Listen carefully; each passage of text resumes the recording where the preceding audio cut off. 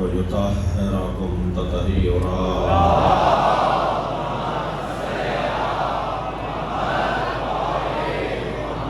ولعنة الله عليهم أجمعين من يوم عداوتهم إلى قيام يوم الدين.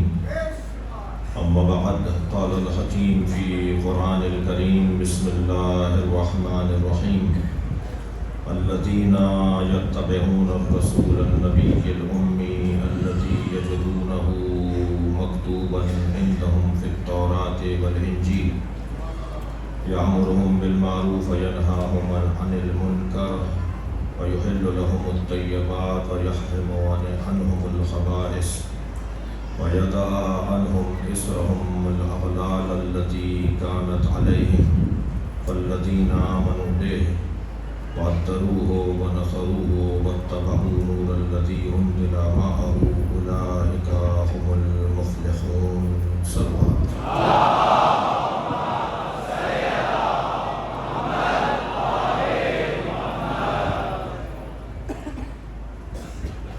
سورہ مبارکہ اعراف کی 157 آیت اور خمسہ مجالس کی یہ آخری نشست. اللہ کی بارگاہ میں دعا گو ہوں آپ سب کے لیے، ہر ایک کی حاجات، ہر ایک کے مسائل، ہر ایک کی ذات اقتدار کی بارگاہ میں بطفیل شہداء کربلا اور سید الشہداء علیہ السلام دعا گو ہوں کہ اللہ آپ سب کی اور ہمارے المصطفیٰ اسکاؤٹس، بی بی معصومہ قم گرلز اسکاؤٹس، پیام اسلامی فاؤنڈیشن جن کے بچوں نے روزانہ قرآن کی تلاوت آغاز مجلس میں کی، اور حیدرآباد کے لیے خاص طور پر یہ ایک اللہ کی نعمت ہے قاریان قرآن اور حافظان قرآن کے حوالے سے جو ادارہ فعال ہوا ہے. اسی طرح فیصل احباب ہے ایکو ساؤنڈ کے دوست، پولیس کے اہلکار، رینجرز، حفاظتی ادارے اور وہ رضاکار کے جو خاموش اور غیر مرئی ہیں، نظر نہیں آتے، اپنا کردار ادا کر رہے ہوتے ہیں. اور یہ مجالس، یہ خمسے عشرے سچ کر ہوتے ہیں، اتنے اہتمام سے ہوتے ہیں. یہ اس کے پیچھے بہت ساری توانائیاں ہوتی ہیں. سب افراد اور بک اسٹال لگانے والے ہمارے بچے، یہ سوشل میڈیا کی مختلف ادارے، اور اسی طرح آخر میں لشکر عباس کے تمام انجمن لشکر عباس کے تمام احباب، اور جن لوگوں نے پہلی مجلس سے اب تک سوسخانی کی سلام پڑھا، اپنا نیا کلام لا کر سنایا، اپنی خوشگوئی سے اور لہن داؤدی سے ہمیں مستفید کیا، ان تمام احباب اور جو میرے ذہن میں نہیں بھی ہیں، اگرچہ کوشش کی ہے کہ سب کو یاد رکھا جائے، ان تمام احباب کی توفیقات خیر میں اضافے کے لیے، حاجات کی برابری کے لیے، ان کی محرومین کی مغفرت کے لیے، آپ سب کے لیے اللہ کی بارگاہ میں دعاؤں کی قبولیت کے لیے گزارش کروں گا مکمل توانائی کے ساتھ، انتہائی خضوع و خشوع کے ساتھ بلند تر صلوات.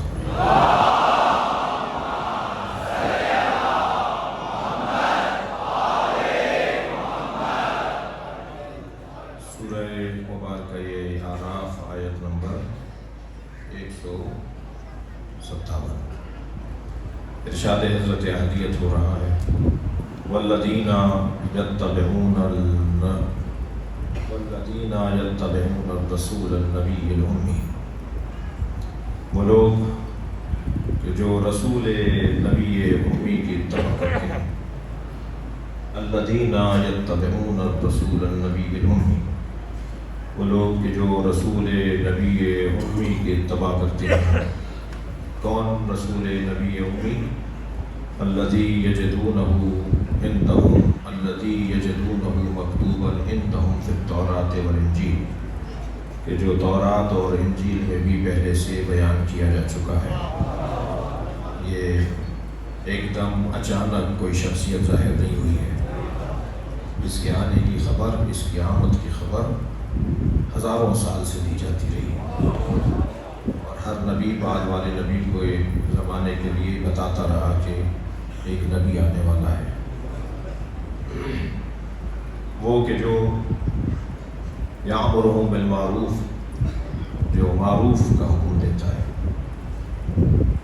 اور ینہاہم عن المنکر، اور انہیں برائیوں سے روکتا ہے، یحل لہم الطیبات، اور طیب و طاہر چیزوں کو ان کے لیے حلال قرار دیتا ہے، یحرم عنہم الخبائث، اور ان کے لیے خبیث اور خبائث اور بری اور گندی چیزوں کو حرام قرار دیتا ہے،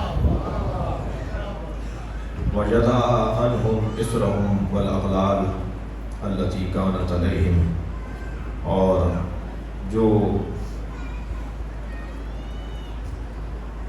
انتہائی ذلت اور خواری کا طوق ان کے گلے میں تھا، اسے ان کے گلے سے اتارنے والا ہے۔ فَالَّذِينَ آمَنُوا بِهِ، بس وہ لوگ جو اس نبی پر، ایسے نبی پر ان صفات اور ان کردار اور ان اعمال کو انجام دینے والے نبی پر ایمان لائے، فالذین آمنوا بہ، بس وہ لوگ کہ جو اس نبی پر، کہ جس میں یہ صفات ہیں، کہ جو تورات اور انجیل میں پہلے سے بیان ہو چکا، جو امر بالمعروف اور نہی عن المنکر کرتا ہے، جو حلال چیزوں کو اور حرام چیزوں کو آشنا کرتا ہے، بتاتا ہے کہ یہ حلال ہے، یہ حرام ہے، جو طوق ذلت کو گردنوں سے اتارتا ہے، جو بھی فالذین آمنوا بہ اس پر ایمان لے کر آئے، وعدروا، اور اس کی حمایت کرے، ونصروا، اور اس کی مدد کرے، واتبعوا النور الذی انزل معہ، اور اس نور کی پیروی کرے جو اس کے ساتھ نازل ہوا ہے، اولئک ھم المفلحون، وہی لوگ کامیاب ہیں۔ تو یہ 5 دن کی مجلسوں میں اس آیت کو عنوان اسی لیے بنایا تھا کہ جو کامیاب ہیں وہ اللہ کا شکر ادا کریں، اور جو کامیاب نہیں ہیں وہ کامیابی کا راز تلاش کریں۔ اور کامیابی کا راز یہ ہے کہ جن صفات کا حامل رسول بیان کیا گیا، رسول نبی امی بیان کیے گئے، ان صفات کے حامل نبی پر ایمان مضبوط کرو، انہیں بنا دو، ان کی مدد کرو، اور اس نور کی اتباع کرو جو ان کے ساتھ نازل کیا گیا ہے۔ جب تم اس نور کی اتباع کر لو گے تو پھر تم کامیاب لوگوں میں سے ہو گے۔ تو کامیاب کون ہے؟ کہ جو ان صفات کا حامل ہو۔ یاد رہے کہ کامیابی وہی دلا سکتا ہے جو خود کامیاب ہو۔ نادار تو دست، فقیر کیا دے گا؟ فاقد شے، منطق میں کہتے ہیں فاقد شے معطی شے نہیں ہوتا، نہ رکھنے والا دینے والا، اس چیز کو دینے والا نہیں ہوتا۔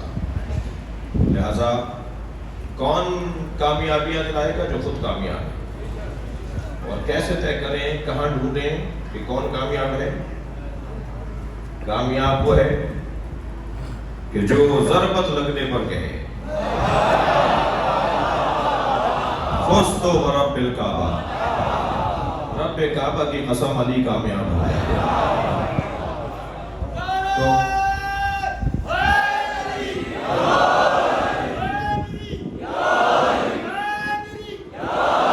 کامیاب شخصیت اور اس کی بارگاہ میں ہم حاضر ہیں۔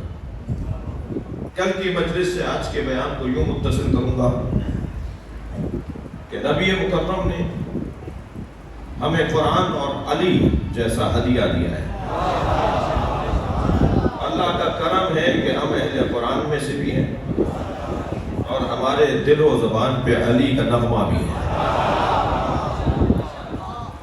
اور جب یہ دل و زبان پر آنے والا نغمہ حیدری ہماری روح اور جان کا حصہ ہو گیا، ہماری ہماری رگ و پے کا حصہ ہو گیا، ہمارے خون کا حصہ ہو گیا، تو پھر رنگ کچھ اور ہوگا۔ اتنا بڑا مجموعہ ہے، باہر اندر بالائی منزلوں میں شاہراہ پر مسلسل ایک بڑی تعداد ہر دن کی طرح آج بھی کسی کا عقیدہ کسی جیسا نہیں ہے، سب بیٹھے ایک دروازے پر ہیں سب ایک اسکول کے طالب ہیں۔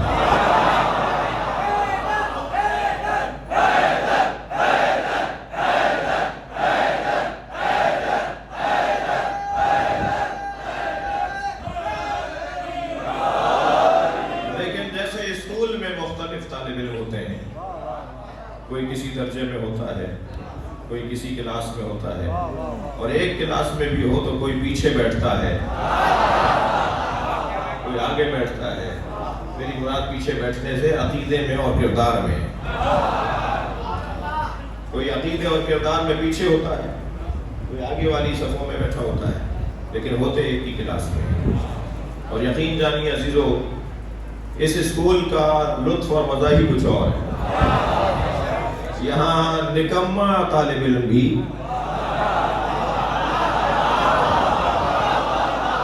نامراد نہیں ہے،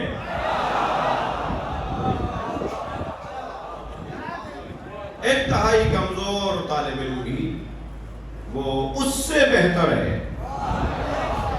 جو اس اسکول میں داخلہ نہیں لے رہا۔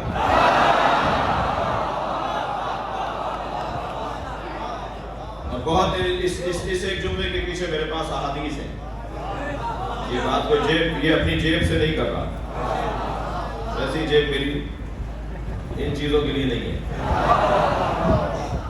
حقیقت ہے کہ اگر اس اسکول کا طالب علم نکما بھی ہو اور محنتی نہ بھی ہو، تب بھی اس سے اچھا ہے جو کسی اور اسکول میں۔ اور میرے حساب سے مراد کہ آئین کی حدیث کی روشنی میں جائز ہی نہیں ہے کسی اور اسکول میں داخلہ لینا۔ جملہ ہدیہ کرنے جا رہا ہوں، مجمع سنی شیعہ کا ہے اور سب علی کے چاہنے والے بیٹھے ہیں، سب اہل بیت کے مرید بیٹھے ہیں۔ عزیزان گرامی، وہ شخص اس دنیا میں اور اس آخرت میں شرمندہ رہے گا جو علی سے دور ہے۔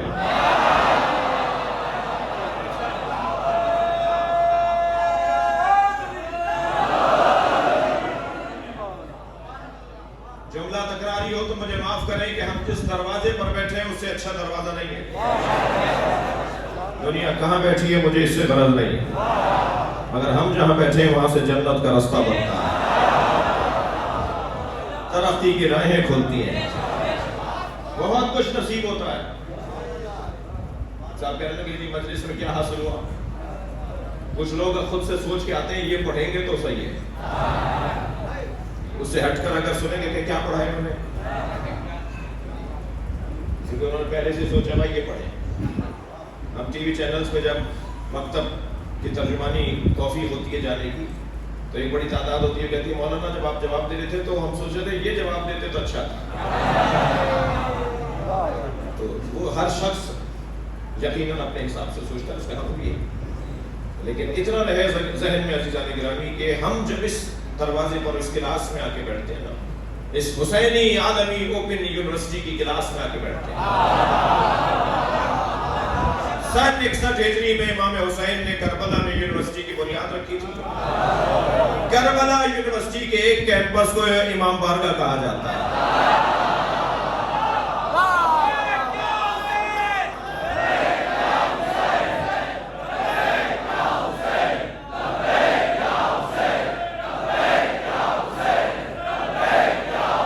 بلندر صلوات پڑھیں گے محمد و آلہ۔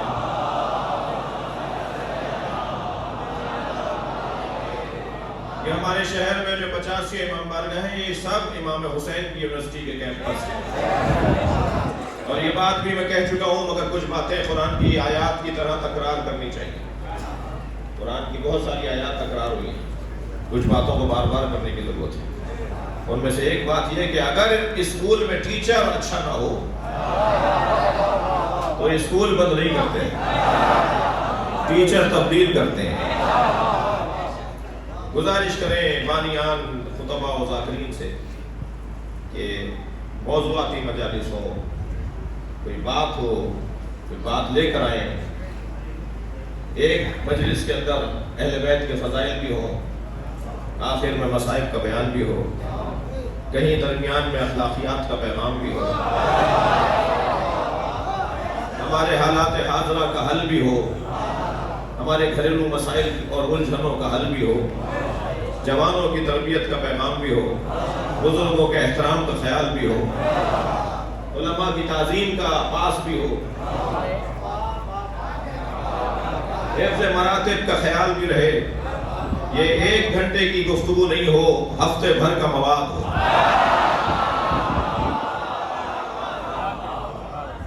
ہم اگر فضائل اہل بیت کو بیان کریں تو فضائل اتنے مضبوط انداز سے بیان ہو، اتنے اعتبار کے اور اعتماد کے ساتھ بیان ہو کہ اس میں کس طرح کا کوئی جھول نہ ہو۔ جھول فضائل میں نہیں ہوتا، میرے بیان میں ہوتا ہے۔ فضائل میں مضبوطی ہے، میرا بیان ایسا نہیں ہوتا کہ میں اسے منتقل کر پاؤں۔ اسی لیے میں ان بچوں اور جوانوں شیعہ بچوں سے کہتا ہوں کہ اپنے ساتھ کسی ایک سنی دوست کو ضرور لایا کرو، اپنے جان اپنے عزیزوں کو ضرور لے کر آیا کرو، اپنے پیاروں کو ضرور لے کر آیا کرو۔ یہ ہماری جان ہے،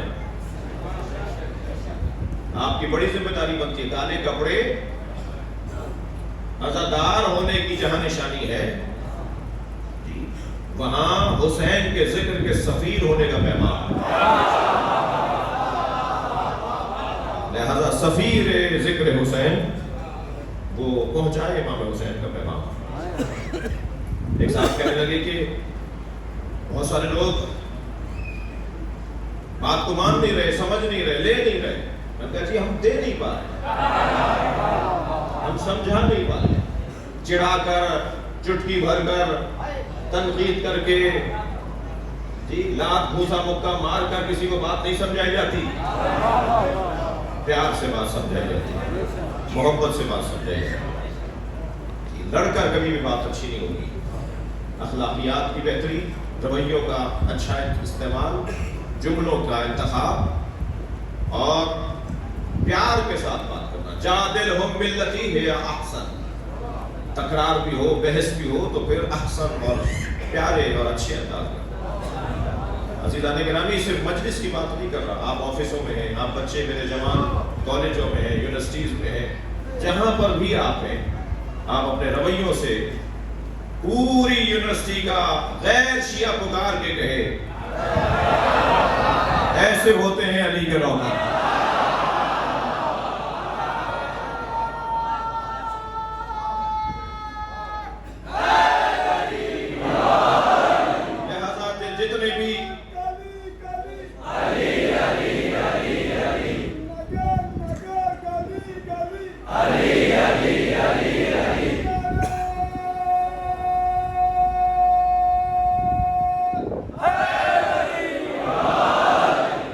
یہ بات بھی غلط ہے کہ خیبر و خندق کب تک پڑھا جائے گا؟ جب تک قرآن کی آیات ہے پڑھا جائے گا۔ یہ کیا بات ہوئی؟ ہم مجلس سننے گئے تھے، مولانا خیبر پڑھ رہے تھے، تو ہم کیا پڑھے؟ خیبر نہیں پڑھے۔ ہم گئے تھے مجلس سننے، مولانا خندق کی جنگ سنا رہے تھے، بہت ہو گیا خیبر و خندق، بھائی کچھ بھی نہیں بیان ہوا۔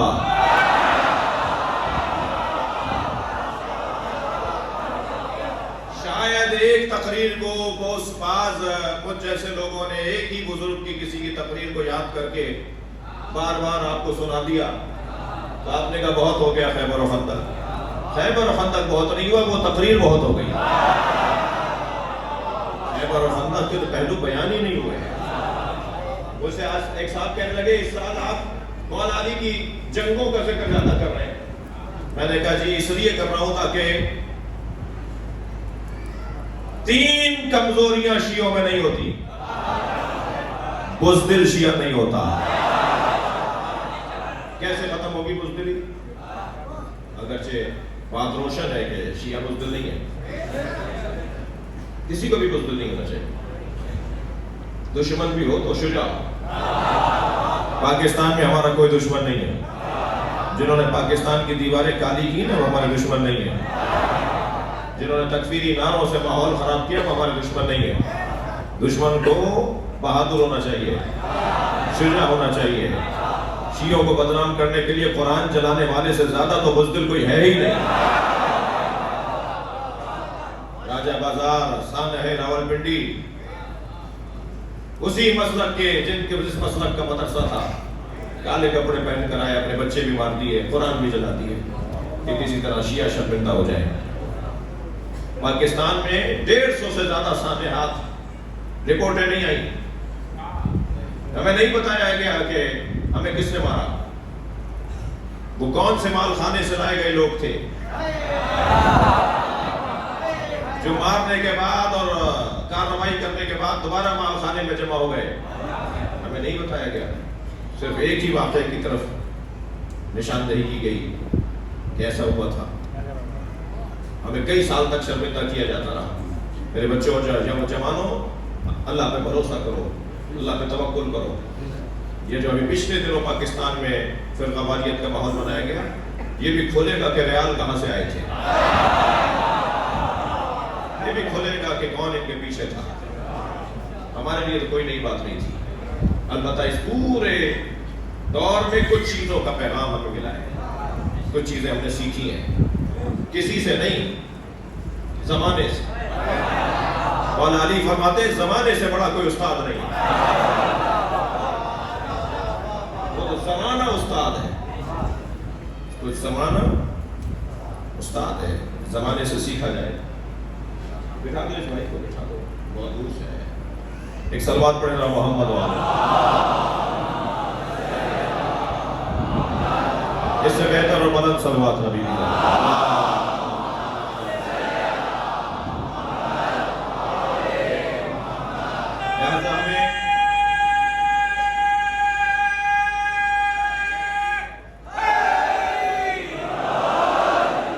مختلف زاویوں سے, مختلف پہلوؤں سے عظمت اور فضائل کے ابواب کو پڑھنا ہوگا. نبی مکرم نے ہمارے لیے قرآن اور علی کو ہدیے, تحفے اور ہدایت کے لیے چھوڑا ہے.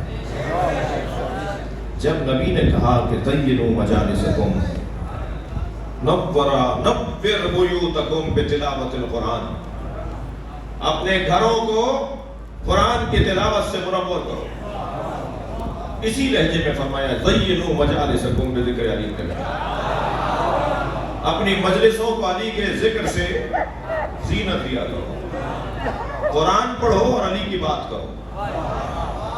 یہ دونوں پیغام سرکار دے کر گئے. ہر گھر میں قرآن کی تلاوت اور ہر مجلس میں علی کی بات. تب نبی کی وصیت پر عمل ہوگا. اور سرکار دو جہاں چاہتے یہ ہے کہ ہر مجلس میں علی کی بات ہو. اور جب ہر مجلس میں, مجلس سے مراد یہ مجلس بھی ہے 2 آدمیوں کا ملنا کی مجلس. مجھے سندھیوں سے جو پیار ہے نا, اس کا ایک سبب یہ ہے کہ جب یہ 2 لوگ آپس میں ملتے ہیں تو یا علی مدد کہہ کے علی کا ذکر کرتے ہیں.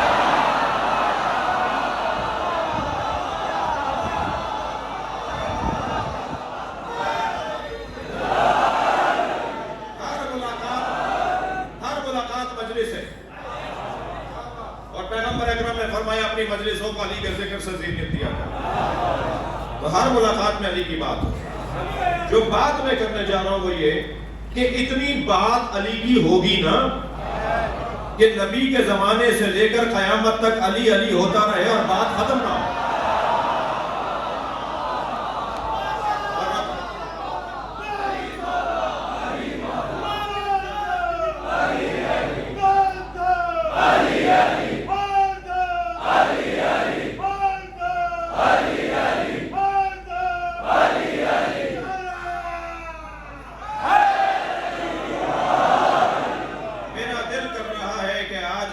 میدان میں لے چلو.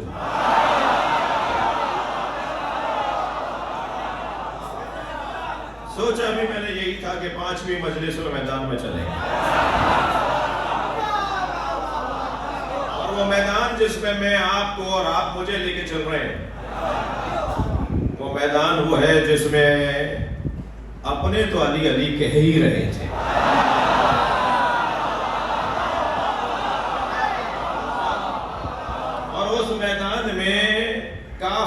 مشرک اور منافق بھی علی علی کر رہے ہیں. اللہ خوب جانتا ہے کیسے علی علی کروائے. اللہ اس نام کو زبانوں پر حاکم دیکھنا چاہتا ہے. اللہ اس نام کو دماغوں پر حاکم دیکھنا چاہتا ہے. کچھ طہارت قلبی کی وجہ سے حاکم بنائیں گے, کچھ ہے نا کہ یا آرو حمدان میں یمت یرنی, اے حارث حمدانی جو مرے گا مجھ علی کو دیکھے گا. مومن ام فاسق, مومن ام منافق, مومن ام کافر, مومن ہو یا منافق ہو, فاسق ہو یا کافر ہو یا مومن ہو, مجھے دیکھے گا.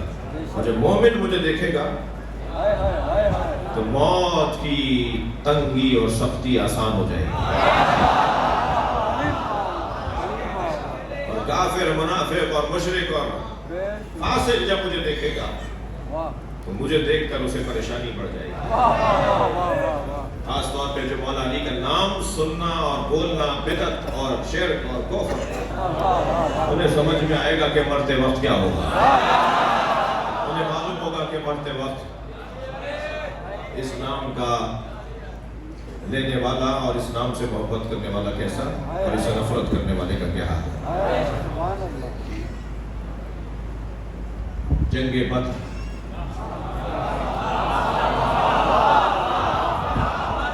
مجھے نہیں معلوم آج کی مجلس میں آپ لوگ کتنے سننا چاہ رہے ہیں. مجھے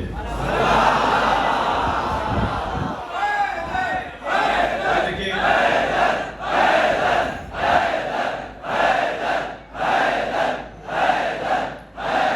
بلندر صلوات پڑھیں گے محمد.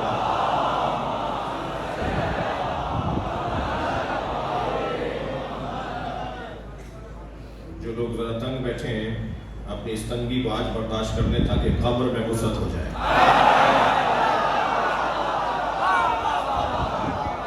اور یہ جو ہمارے یہاں کا مزاج ہے قدر صغیر کا, میں مجلس پڑھ رہا ہوں, آپ کو کوئی بات اچھی لگی تو آپ نے نعرہ لگایا اور ایک کیفیت, تو یہ میں نے کسی سے نہیں کہا. آپ ویسے ذکر کر رہے ہیں, میں ایسے ذکر کر رہا ہوں. ہم سب اس وقت ذاکر ہیں.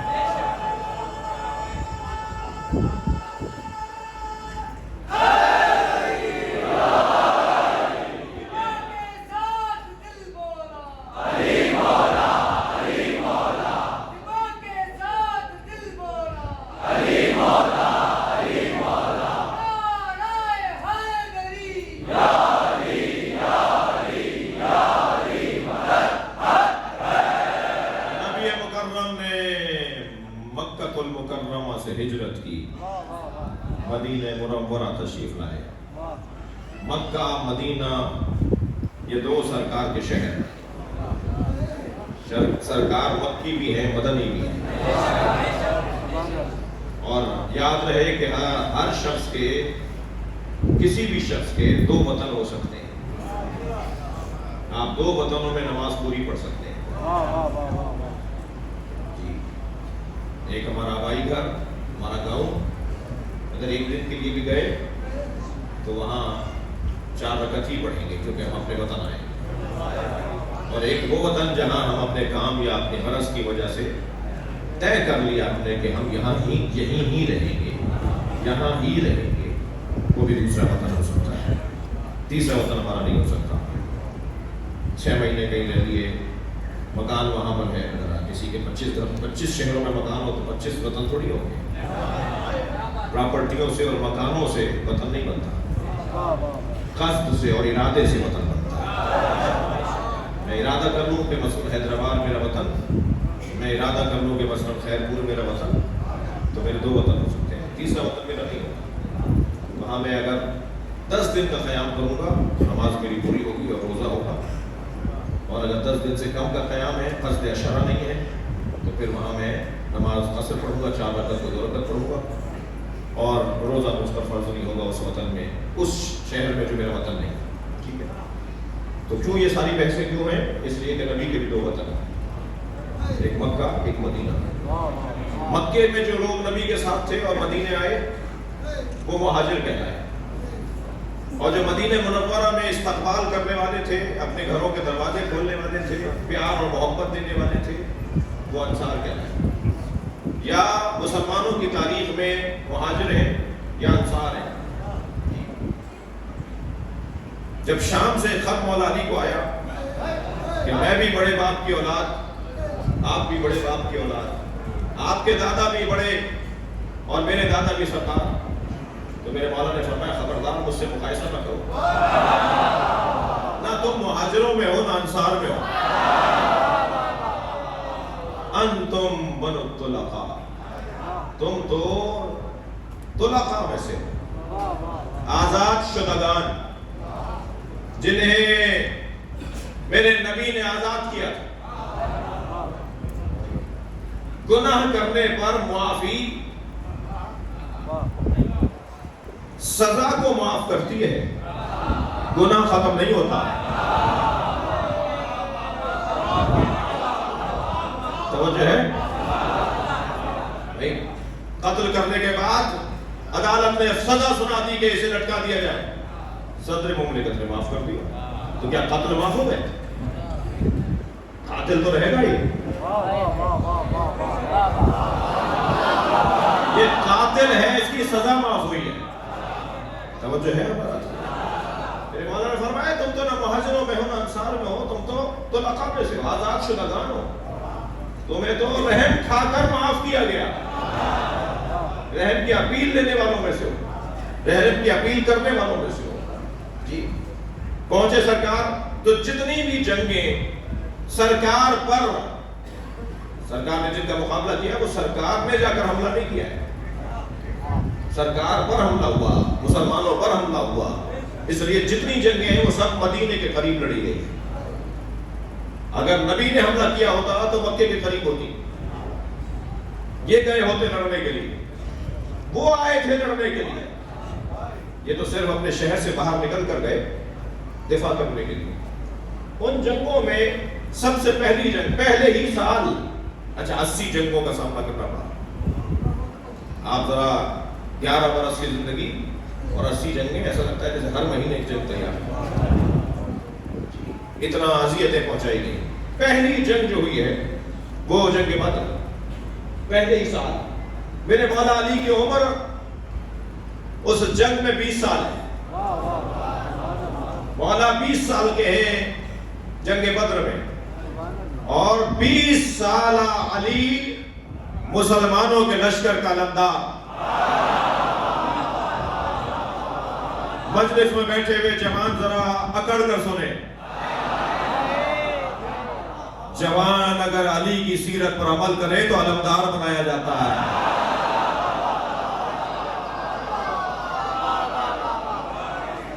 نہ یونیورسٹیاں جوانوں کے بغیر چل سکتی ہیں، نہ اسکولوں میں جوان کے بغیر تصور تعلیم ہے، اور نہ ہی مملکت بغیر جوانوں کی صلاحیتوں کے چل سکتا ہے، اور نہ ہی نمازوں میں مزہ بغیر جوانی کے ہے،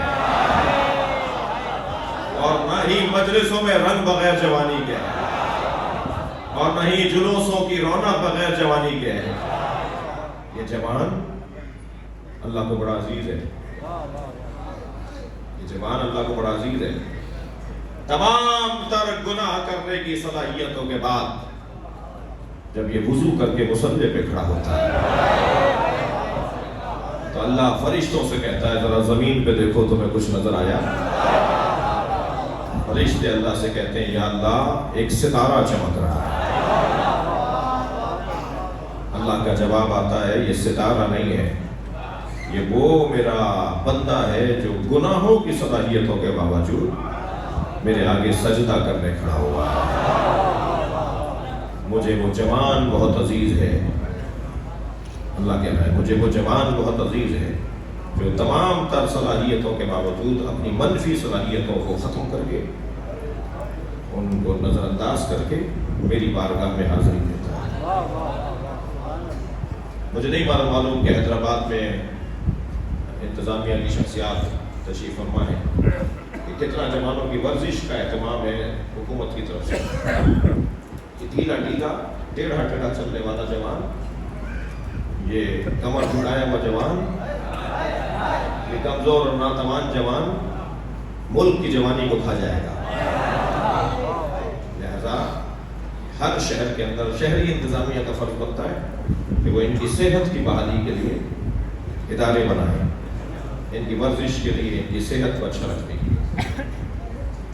اور اگر خدا نخواستہ ریاست کی بے توجہیاں جیسے بہت سی چیزوں میں ہیں یہاں بھی ہو تو پھر میں برادری سے کہوں گا، جیسے ہمارے کراچی کے خواجہ برادران نے، پنجاب کے شیخ برادران نے اپنی برادریوں کے لیے اپنے جوانوں کی ورزش اور صحت کا انتظام کیا ہوا ہے، تو برادریاں بھی یہ کام کریں، جوانوں کا توجہ دیں، جوانوں کو مصروفیت، مثبت مصروفیت دینے کی ضرورت ہے۔ اس کا خون کہتا ہے کہ کچھ کرے، اور قوم کے نمائندگان اسے کچھ کرنے کے لیے کام نہیں دے رہے، تو پھر اس کو کبھی کوئی قوم پرست جماعت اغوا کرے گی، اسے کبھی پھر کوئی دہشت گرد جماعت اغوا کرے گی، پھر اسے کوئی لسانی جماعت اغوا کرے گی، پھر اس کے ذہنوں کو اغوا کیا جائے گا۔ تو اس سے پہلے کہ کوئی اور اغوا کرے، اسے وہاں لے آؤ جہاں کے لیے بنایا گیا ہے۔ صلوات پڑھیں گے محمد و آل محمد۔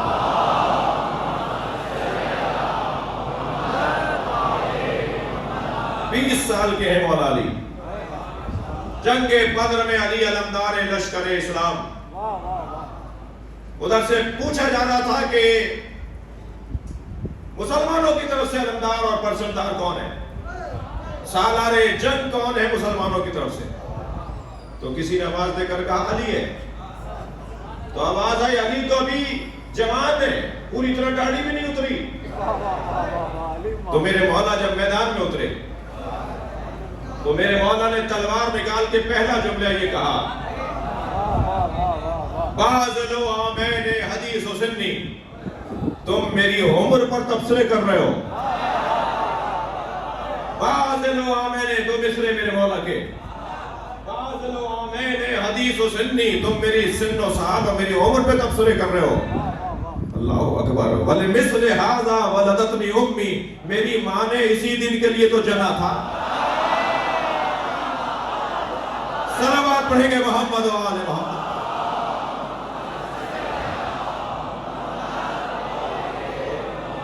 اور جنگ بدر میں جب میرے مولا اترے ہیں تو علی نے اس جنگ میں 18 سرداروں کو مارا۔ یہی تو وہ جنگ ہے جس کا بدلہ کربلا میں لیا گیا۔ 18 سرداروں کو میرے مولا علی نے جنگ بدر میں مارا۔ جنگ چل رہی تھی۔ اچھا اب میں جنگ پڑھ رہا ہوں، تھکیں گے نہیں آپ؟ جنگ چل رہی تھی۔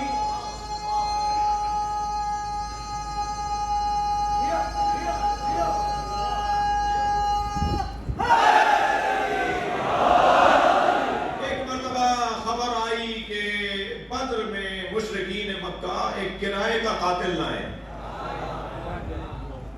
میں تو ایسے ہی مجلس پڑھتا ہوں۔ مولانا کرائے کے قاتل کی اصطلاح تو آج کی ہے، اور وہ بھی پاکستان میں ہی سنی ہے۔ تو یہ آپ وہاں کہاں لے گئے اس اصطلاح کو؟ جنگ بدر میں کرائے کا قاتل، کیا مطلب ہے اس کا؟ بھائی یہ اصطلاح اس زمانے میں نہیں تھی، مگر انسان تو اسی مزاج کا ہے۔ انسان تو نہیں بدلتا، اصطلاحیں بدلتے ہیں، جملے بدلتے ہیں، طریقے بدلتے ہیں، مگر انسان نہیں بدلتا۔ تو جیسے آج کے رائے کے قاتلوں کو پتہ ہی نہیں ہوتا، اسی ایک ہی بندوق سے وہ شیعہ کو بھی مار کے آتا ہے، اسی سے وہ سنی کو بھی مار کے آتا ہے۔ بعد میں پوچھا جاتا ہے تم نے کس کو مارا تھا؟ مجھے اس سے غرض نہیں، مجھے کہا تھا 50,000 روپے دیں گے، یہ تصویر ہے، یہ آدمی ہے، یہاں رہتا ہے، اسے مار دو۔ اور میں مار کر آ گیا۔ اور بھائی تمہارا عزیز تھا، تمہارا رشتہ دار تھا، تم بھی تو کسی مقصد مکتب مسلک کے ہوگے۔ تو کتنے ہی لوگ اس ملک کے اندر ایسے پکڑے گئے کہ جو اپنے ہی مکتب اور مسلک کے لوگوں کو مار کر آئے۔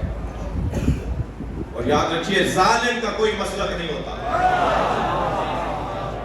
ظالم کا کوئی مذہب نہیں ہوتا، ظالم ظالم ہوتا ہے۔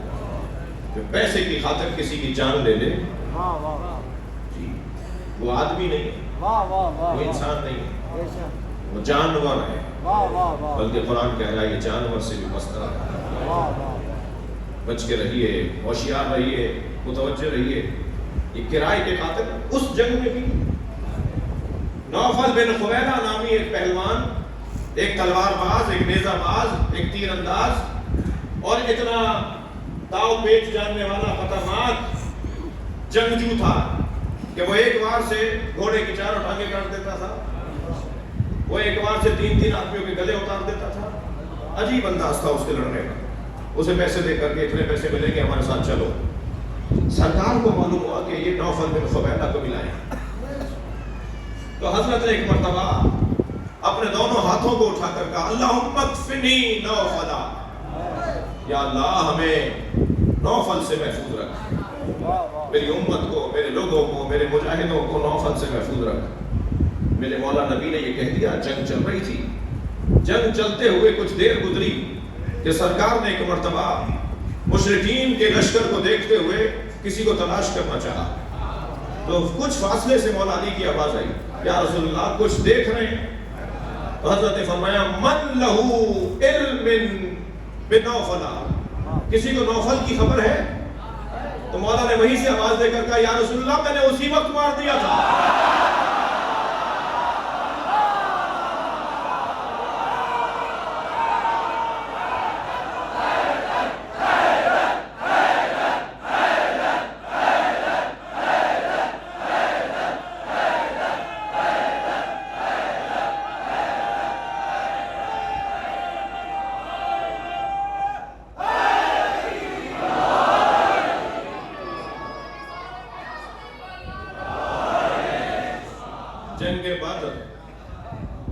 جنگ بدر میں میرے مولا علی نے 18 سردار مارے۔ میں یہ دوبارہ بول گیا ہوں، علی مارتے ہی سرداروں کو تھے۔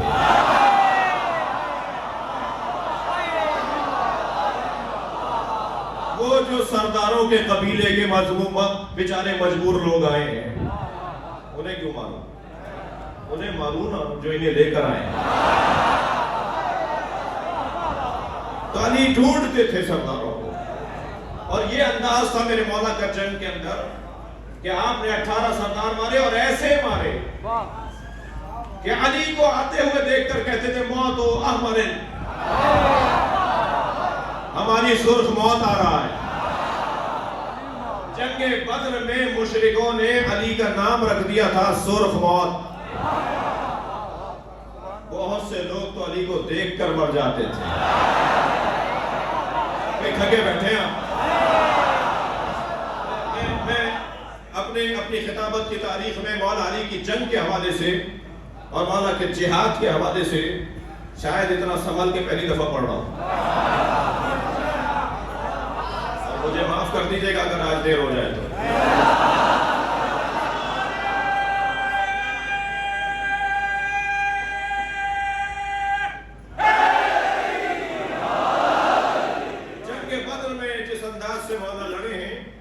اس کا بیان بہت ہی روشن ہے، اور کسی ایک کو بھی اسیر بنا کر نہیں لائے۔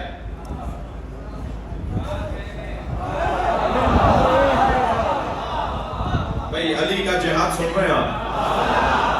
بہت سارے اور مجاہد جو مولا کے ساتھ بدر میں لڑ رہے تھے وہ 4 کو مار کر آئے، 1 کو پکڑ کر لائے، تو حضرت کسی کو اسیر بنا کر نہیں لائے۔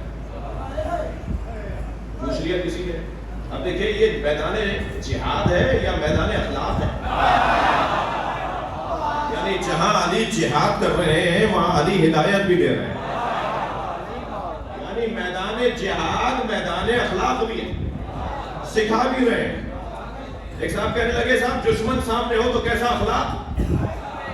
میں نے کہا تو اخلاق ہی وہاں سمجھ میں آئے گا جب تمہارے اعصاب مضبوط ہوں گے۔ دشمن کو دیکھ کر اپنے اعصاب کو کمزور کر دینا تو یہ سب سے بڑی ناکامی ہے۔ جنگیں زور بازو سے نہیں لڑی جاتی، جو کی روٹی گھٹنے کے زور سے توڑ کے کھاتے تھے، جو کی روٹی گھٹنے سے توڑ کر کھاتا ہو. ایک دن ایک صحابی نے دیکھا کہ روٹی کھول رہے تھے تو 4 گراہیں لگی ہوئی تھی. ایک گراہ کھولی، پھر دوسری کھولی، پھر تیسری کھولی. شاید وہ سوچ رہا ہو کہ اس میں بہت ہی لذیذ کوئی غذا نکلے گی، اتنا باندھ کر لایا علی. اور جب چوتھی گراہ کھولی تو سود کی روٹی. اس نے کہا یا علی، اس کو اتنی گراہیں لگانے کی ضرورت کیا تھی؟ حضرت نے فرمایا میں زیادہ گراہیں اس لیے لگاتا ہوں کہ حسن و حسین اس پہ روغن لگاتے تھے، انہیں کھولنے میں دیر لگے. میری روٹی کو گھی سے مکھن سے وہ تر کر دیتے ہیں کہ بابا روٹی تو کھاتے ہیں، یہی تر کھا لیں.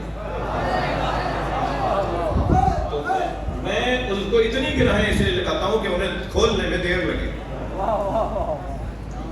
جو کی روٹی گھٹنے سے زور سے توڑ کے کھاتا ہو وہ باب خیبر 2 انگلیوں سے اکھاڑتا ہے. ٹائم کم ہے، ایک نہ لگا. علی علی علی علی علی علی علی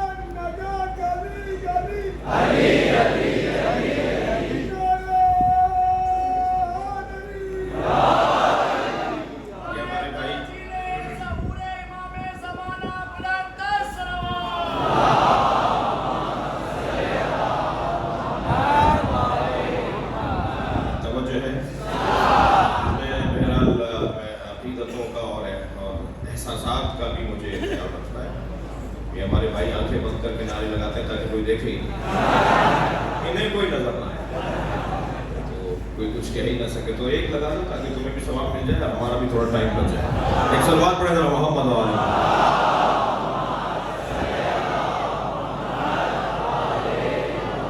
بات آگے بڑھے. جنگیں تلواریں زور بازو پر نہیں لڑی جاتی.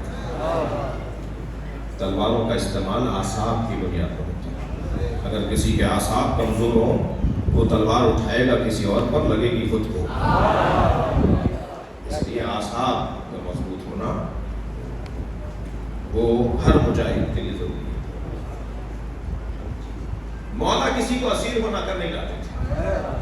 جنگ بدر میں کچھ سوال ہوا، پھر بعد میں سوال نہیں کیا گیا کیونکہ علی نے اپنا ایک اصول دے دیا، آئندہ مجھے یہ سوال نہیں کرنا. جب کسی نے پوچھا میں کہ آپ کسی کو پکڑ کر نہیں لائے، حضرت نے فرمایا میں کسی کو اسیر نہیں بناتا. یا بھاگ جاتا ہے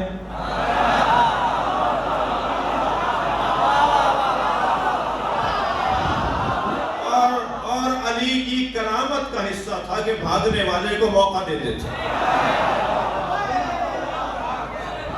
اس لیے کہ جو بھاگ رہا ہے، جملہ سنیں گے، یہ ساری سوچ کر تیاری کر کے جملے عرض کر رہا ہوں آپ سے. اس لیے کہ جو بھاگ رہا ہوتا ہے اس سے زیادہ مجبور کوئی نہیں ہوتا، اور علی کا کام نہیں ہے مجبور پہ ہاتھ اٹھانا.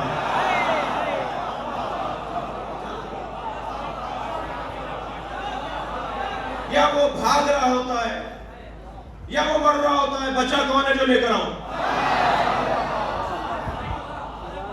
فرماتے ہیں یا میں مار دیتا ہوں یا بھاگ رہا ہوتا ہے تو میں اسے چھوڑ دیتا ہوں. تو اسیر کس کو بناؤں؟ یہ جنگ بدر میں مولا علی نے اپنا اخلاق بتایا. میرا اخلاق جنگ یہ ہے. آ گئی جنگ احد، بڑا تجربہ ہو گیا کافروں کو کہ بھائی مزاج علی تو سمجھ میں آ گیا، اب ہمیں اس جنگ کے اندر آسانی ہو جائے گی. تو انہوں نے مسلمانوں کا مزاج تو سمجھ لیا تھا، علی کا حساب لگانے میں ناکام رہے. لہذا جنگ احد کے اندر میرے مولا علی نے جو جنگ احد کے منظر ہیں، ابو سفیان نے جا کر کہا بنی مخزوم سے. بنی مخزوم کون ہے؟ بنی مخزوم وہ ہیں کہ جو جنگ احد میں جس قبیلے کے پاس مشرکین کا پرچم تھا وہ بنی مخزوم تھی جنگ احد میں. تو یہ گئے اور جا کر کہا کہ پرچم ایک قبیلے کو نہ دو. جنگ کے میدان میں اس وقت کوئی 18 یا 20 قبیلے مل کر آئے تھے. کہا کہ جنگ کے میدان میں ہر کچھ دیر کے بعد پرچم بدل دو اور اعلان کرو کہ اب پرچم فلاں قبیلے کے پاس. علی یہ 20 قبیلوں سے دشمنی نہیں لے گا.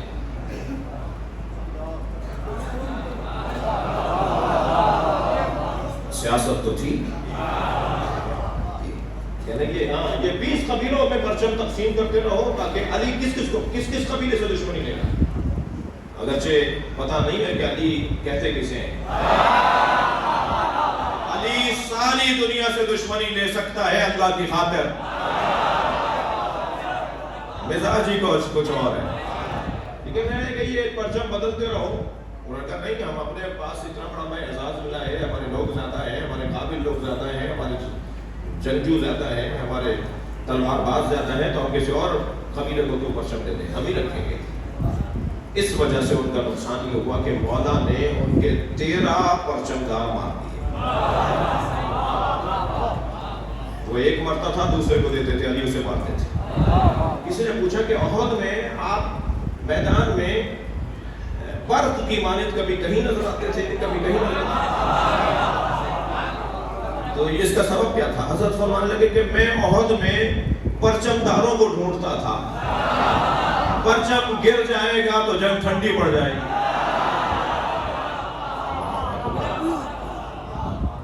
مسئلہ وہاں پیش آیا کہ جب سرکار نے وہ چھوٹی سی چوٹی پر پہاڑی کی ایک ٹیلے پر سرکار نے کھڑا کر دیا تھا کہ تم یہاں کھڑے رہو گے اور پھر دشمن کو یہاں سے روکو گے تیروں کے ذریعے سے.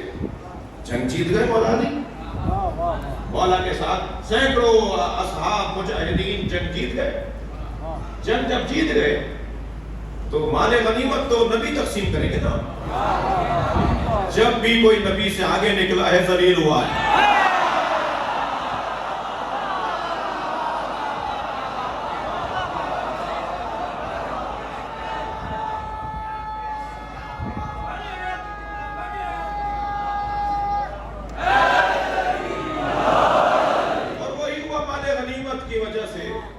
وہ درہ چھوڑ دیا, وہ چوٹی چھوڑ دی, وہ محاذ چھوڑ دیا.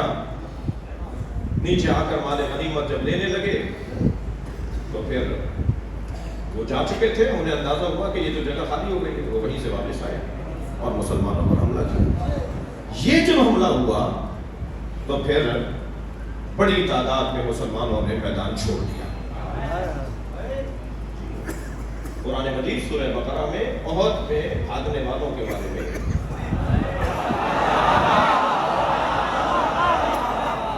عبرت ہے نا ہمارے لیے سیکھنے کی چیز ہے. قرآن ہے, اسے پڑھنا ہے اور ڈھونڈنا ہے, تلاش کرنا ہے کہ سبب کیا تھا. کسی کی کمزوری سے عبرت لے کر اپنی کمزوری کو دور کرنا ہی یہ طالب علمی ہے. میدان چھوڑ کر چلے گئے اور جس کے پر قرآن مجید میں بہت ہی روشن آیات آئیں. ارشاد ہوا اذا تصعدون ولا ترون اعلی احد والرسول يدعوكم في اخراكم. ایسے بھاگ رہے تھے کہ مڑ کر بھی نہیں دیکھ رہے تھے.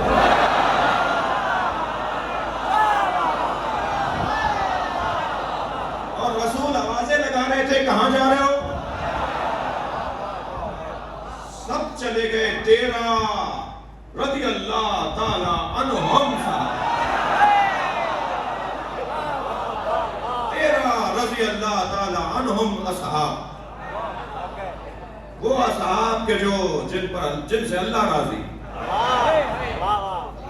وہ میدان احد میں رہ گئے.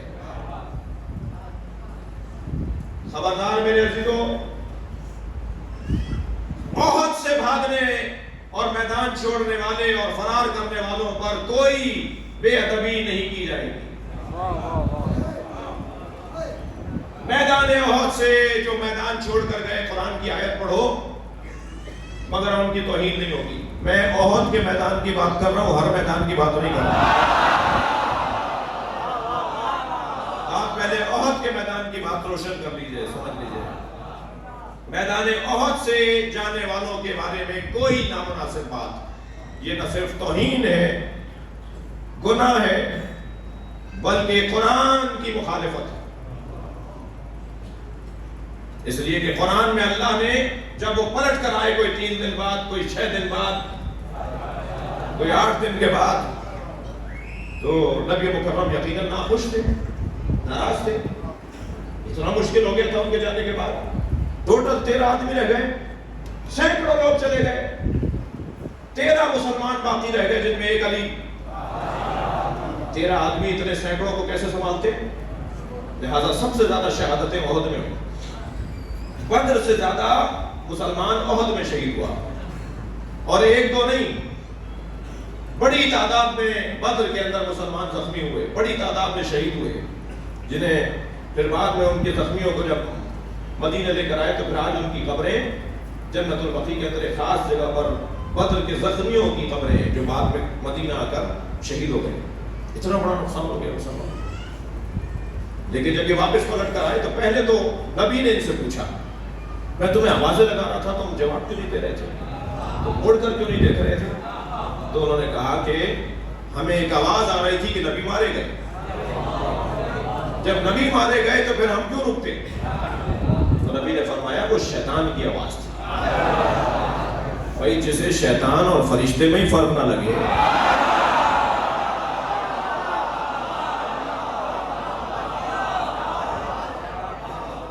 پھر انہوں نے آ کر کہا یا رسول اللہ ہم سے غلطی ہو گئی. یہاں میں ایک جملہ اور کہوں گا، خبردار اجتہادی غلطی کا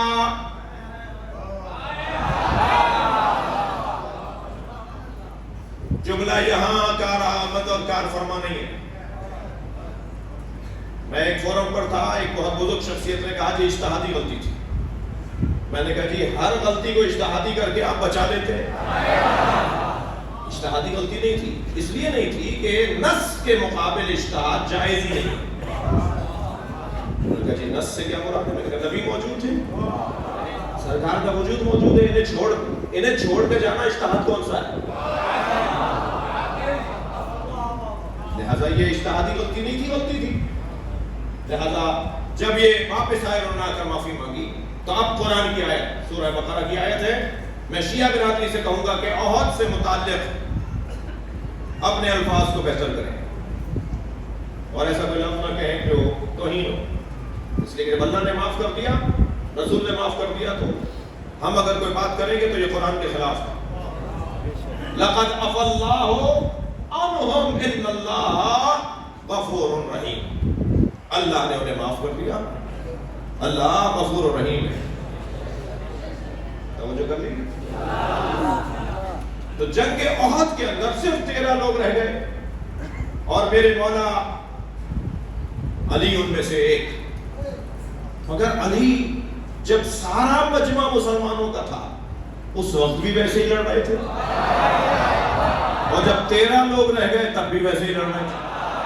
کسی نے کہا یا علی آپ، اچھا یہ واحد جنگ ہے جس میں مولا علی کے بدن مبارک پر 30 سے زیادہ چوٹیں لگی ہیں، زخم آئے مولا کے. واحد جنگ ہے جس میں علی کو تلواریں لگی ہیں، نیزے لگے ہیں، تیر لگے ہیں مولا کو. اور اسی کیفیت میں زخمی حالت میں علی میدان میں ویسے ہی لڑ رہے تھے جیسے اس وقت لڑ رہے تھے جب کوئی میدان چھوڑ کر نہیں گیا تھا. تو میرے مولا نے فرمایا میں میدان میں لشکر کی بنیاد پہ نہیں لڑتا، میں میدان میں اللہ کے توکل کی بنیاد پر لڑتا. لہذا مجمع ہو تب بھی علی ویسے ہی لڑیں گے. تو اور جملہ کہہ دیتا ہوں، علی اس مجاہد کو کہتے ہیں، علی اس مجاہد کو کہتے ہیں جو اپنی ذات میں لشکر ہے، اکیلا ہی لشکر ہے. جنگ احد، اور جب ایسا مرحلہ آیا تو یہ واحد جنگ ہے کہ جس جنگ میں پہلی دفعہ اور آخری دفعہ ہوا کہ مولا کی تلوار ٹوٹ گئی. یہ تلوار ٹوٹ گئی، پھر نیزے سے مولا نے اپنا دفاع کیا، دشمن کا مقابلہ کیا. پھر علی کا نیزہ ٹوٹ گیا تو علی نے ایک چھڑی اٹھائی، ایک لکڑی اٹھائی. اب آپ خود سوچئے کہ کتنی مشکل جنگ ہو گئی. اور جب اس چھڑی سے بھی ایسے ہی لڑ رہے تھے جیسے تلوار سے لڑ رہے ہو تو فوراً جبریل ذوالفقار لے کر آئے.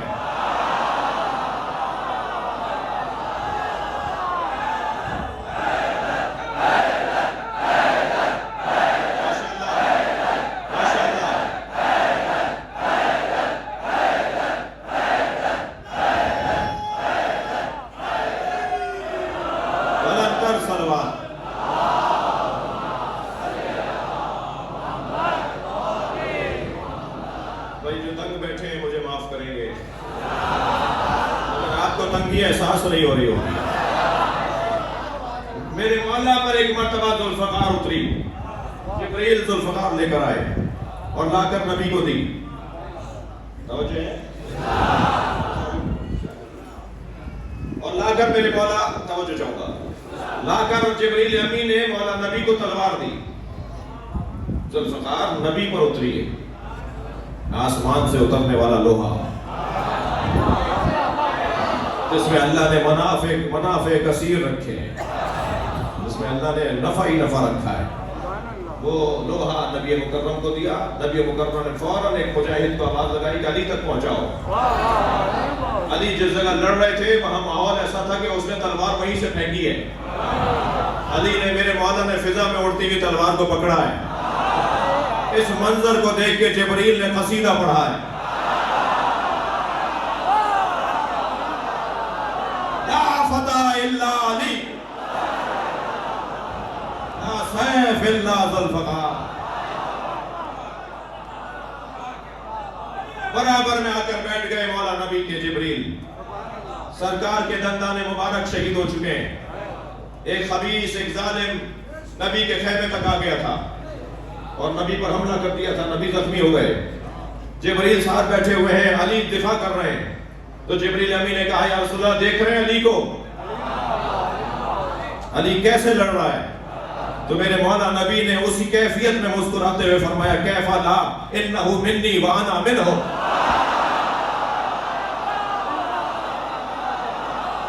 اللہ اکبر.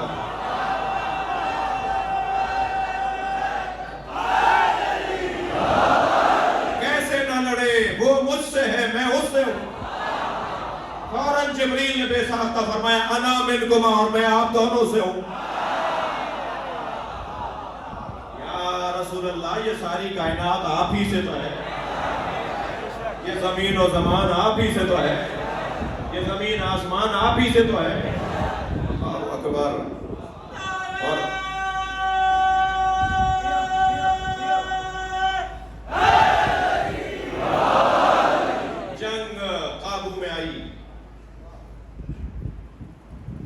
علی مولا 13 مجاہدوں نے رضوان اللہ تعالی علیہ,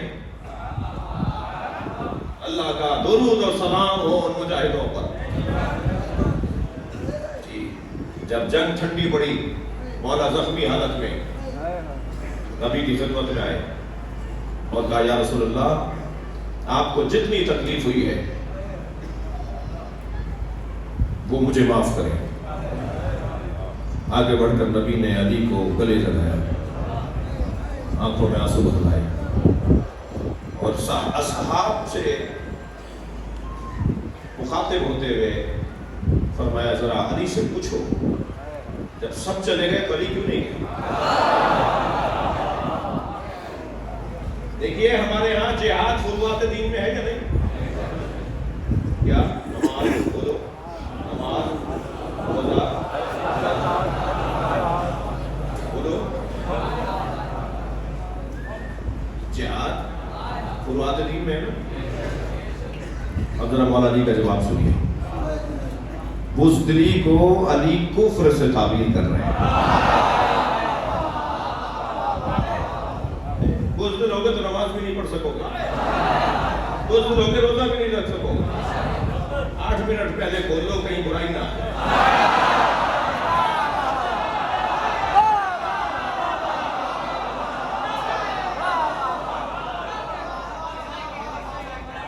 چار سنی دوستوں کو دیکھ کے ہاتھ باندھ لیے.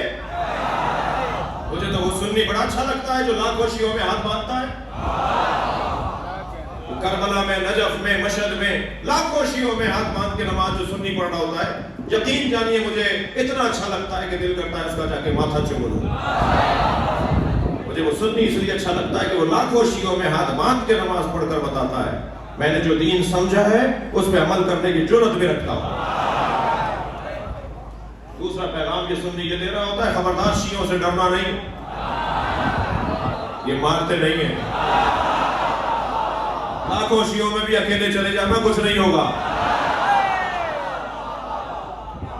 احترام ملے گا, پیار ملے گا.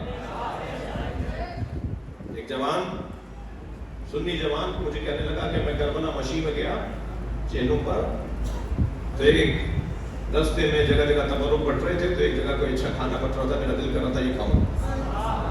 تو میں نے اپنے شیعہ دوست سے کہا کہ بھائی لائن تو بہت بڑی ہے، ہم تو اگر لائن میں لگیں گے تو ہمارا تو قافلہ نکل جائے گا، کیا کریں گے؟ اس نے کہا پریشانی کی بات نہیں ہے، تم لائن سے ہٹ کر کھڑے ہو جاؤ اور آواز لگاؤ انا سنی. کہنے لگا میں نے ایسے ہی کیا، علیحدہ جا کے کھڑا ہو گیا اکیلا. میں نے کہا انا سنی. وہ سب کو چھوڑ کر آ گیا. وہ کہنے لگا پہلے تم کھاؤ. مجھے وہ سنی بہت اچھا لگتا ہے جو شیعوں کے درمیان آ کر ڈرتا نہیں ہے مگر وہ شیعہ کو رکھتا ہے، جب چاہتا ہے ہاتھ مان لیتا ہے. تم پشیمان ہو کہ مولا تھا امام صادق کی فقہ پہ عمل کرتے ہو؟ نادم ہو کیا؟ امام جعفر صادق نے جیسے روزہ کھولنے کا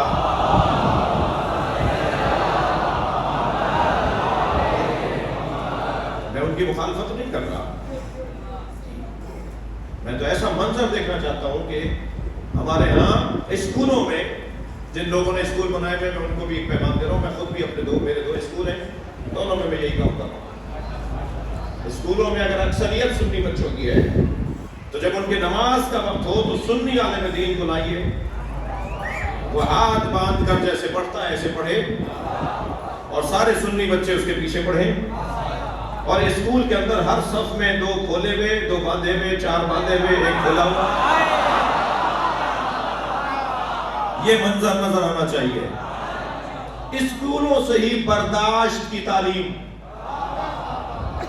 ایک دوسرے کو قبول کرنے کی تعلیم اسکول سے دیجئے.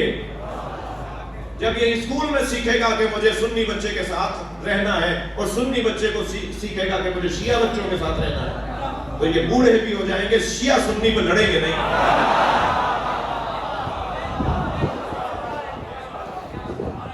کوئی تقریر نہیں کرنا، کوئی اپنی گزارش اور رپورٹ نہیں سنانا. 50 دفعہ ہو چکا ہے ایئرپورٹس کے اوپر نماز کا وقت ہو جاتا ہے، سنی بھائی نماز پڑھ رہے ہوتے ہیں، میں اسی حلیے میں رہتا ہوں، گم ہو کے رہنے والا تو ہوں نہیں، اسی حلیے میں رہتا ہوں اور میں ان کے پیچھے نماز پڑھتا ہوں. سنی عالم کے پیچھے نماز پڑھو. شیعہ بچوں کو بار بار اس لیے کہہ رہا ہوں، یہ میری سن لیں گے. بزرگ تو مجھے خفا ہو سکتے ہیں.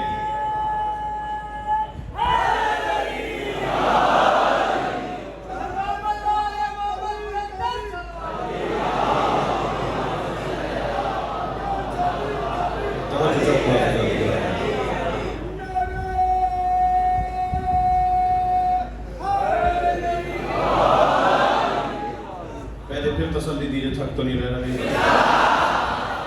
اب جو تھک رہا ہوگا وہ تو اب مشکل میں ہے.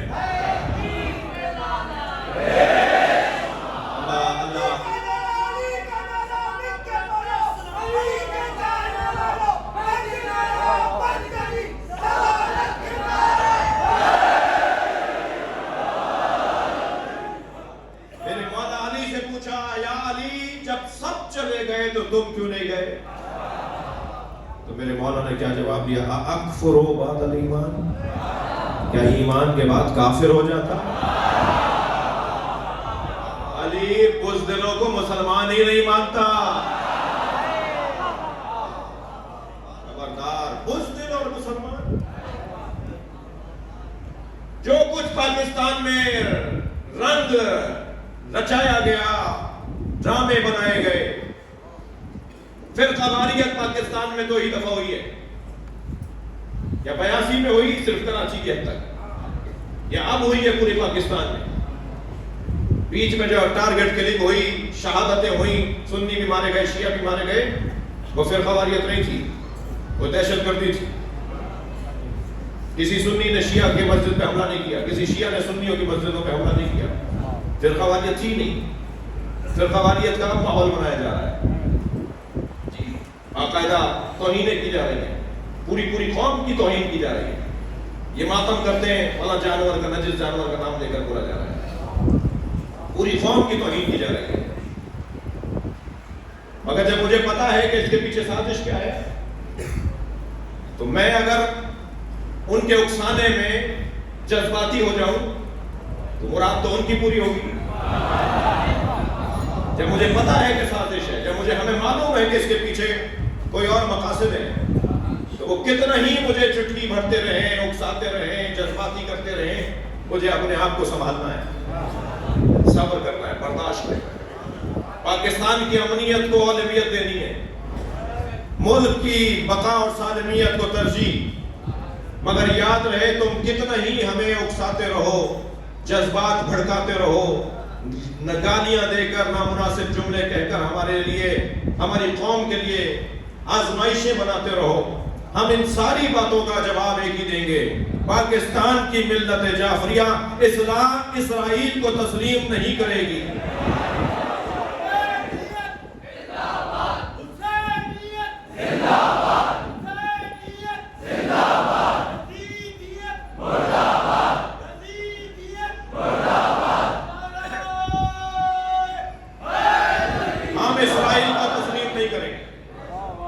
اس کے پیچھے جو ارادے ہیں، ماحول ایسا بنایا جائے کہ اسی گدلے پانی سے مچھلیاں پکڑ لی جائیں. ہم دوبارہ صفین نہیں ہونے دیں گے، ہم دوبارہ جمل نہیں ہونے دیں گے، ہم دوبارہ علی کو تنہا نہیں ہونے دیں گے. سازش ہے، بہت بڑی سازش ہے. مجاہد کون ہے؟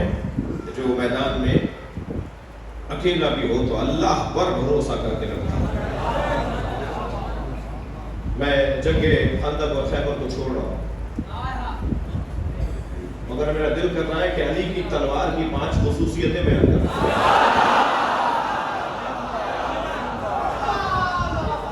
مولا علی کی تلوار کی خصوصیات. سب سے پہلی خصوصیت علی کی تلوار کی سنیں گے، علی کے جہاد کی، علی کی تلوار کی سب سے پہلی خصوصیت، یا اللہ توجہ چاہوں گا، جب علی میدان میں اترتے تھے تو غروب آفتاب سے کچھ قریب اترتے تھے. سارا دن چھوڑ کر بیچتے رہتے تھے، تربیت دیتے رہتے تھے، سکھاتے رہتے تھے مجاہدوں کو کیسے جاؤ، فلاں خیال رکھو، فلاں کا تو نظر رکھنا، فلاں بھی آیا ہوا ہے، اس کی یہ کمزوری ہے. سارے دن مجاہدوں کو تربیت دیتے رہتے تھے اور خود مولا کائنات دن کے آخری حصے میں جاتے تھے. تو طالب علم اور شاگرد ہو تو ایسے کہ ایک مجاہد نے پوچھا، یا علی آپ دن کے آخری حصے میں کیوں جاتے ہیں؟ تو فرمانے لگے 2 وجہ سے. ایک تو آسمان کے دریچے اس وقت دعاؤں کی قبولیت کے لیے کھلتے ہیں، تو میں میدان میں اترتا ہوں اور اللہ سے مناجات کر رہا ہوتا، تو زیادہ میری بات اللہ کی بارگاہ میں پہنچے گی کہ اس لیے کہ آسمان کے دریچے کھل رہے ہوتے ہیں. اور دوسرے آخر میں اس لیے جاتا ہوں کہ وہ مجبور لوگوں کا نقصان کم ہو، کچھ ہی دیر میں مغرب ہو جائے اور مرنے والے کم ہو. میں میدان میں اپنی تلوار سے مارنا نہیں چاہتا. اللہ اکبر. دوسری خصوصیت سن لیجئے، فرمایا کہ میدان میں جب آپ ہمیں لے کر جاتے ہیں اور ہم آپ کے ساتھ جاتے ہیں تو کبھی کبھی ہمیں آپ کی ضرورت پڑ سکتی ہے، کبھی آپ کی ضرورت پڑ سکتی ہے، تو کہاں ڈھونڈیں آپ کو؟ مولا سے ایک مولا کا مجاہد، مولا کے ساتھ چلنے والے مسلمان مجاہدوں میں ایک مجاہد نے کہا کہ ہم آپ کو میدان میں کہاں ڈھونڈیں؟ حضرت نے فرمایا وہیں ڈھونڈنا جہاں میں گھوڑے سے اترا تھا، میں جگہ چھوڑ کر نہیں جاتا. اللہ کیسے؟ توجہ ہے، جگہ چھوڑ کر نہیں جاتا. حضرت نے فرمایا میں نہ کسی کے پیچھے بھاگتا ہوں نہ کوئی میرے پیچھے آ سکتا ہے، میں وہیں کھڑا رہتا ہوں، جو قریب آتے رہتے ہیں میں انہیں مارتا رہتا ہوں. جلدی جلدی سنا رہا ہوں. 5 خصوصیتیں علی کی تلوار، یہ میرا مقدمہ تھا. علی کی تلوار کی پہلی خصوصیت، علی نے کسی کو مارا ہو اور وہ مرا نہ ہو.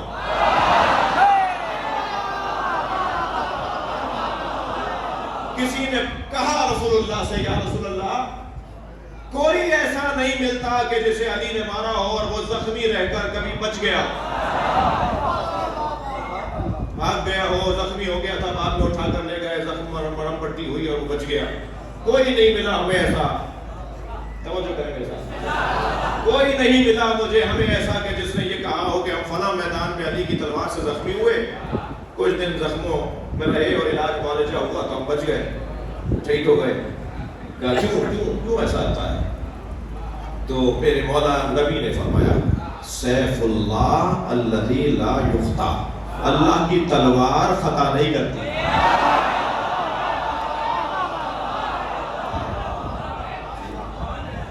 میرے مولا علی کی ضربت کی پہلی خصوصیت، اللہ علی کی تلوار خطا نہیں کرتی.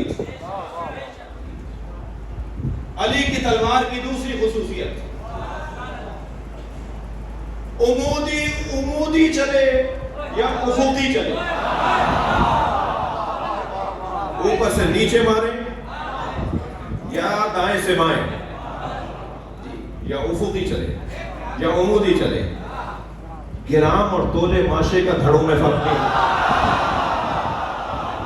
برابر کے گٹے. جب یہ چاہتے تھے کہ یہ جانے کہ اسے مارا کس نے تو کہتے تھے کہ ذرا وزن کر کے دیکھیں. اول تو پہلے ہی سامنے نظر آ جاتا تھا، لیکن کبھی ایسا ہوا تو کہا کہ وزن کر کے دیکھیں. 1 گرام کا فرق نہیں ہوتا تھا. جس کی ضربت میں عدالت ہو، اس کے مزاج میں کتنی عدالت ہو، اس کی حکومت میں کتنی عدالت ہو. یہ مولا علی کی ذوالفقار کی دوسری خصوصیت. تیسری خصوصیت سنیں گے، کانت ضربات علی ابکارا. ابکار بکر کے خاندان کا لفظ ہے، باکرہ کے خاندان کا لفظ ہے. کانت ضربات علی ابکارا، علی کی ہر ضربت نہیں ہوتی تھی.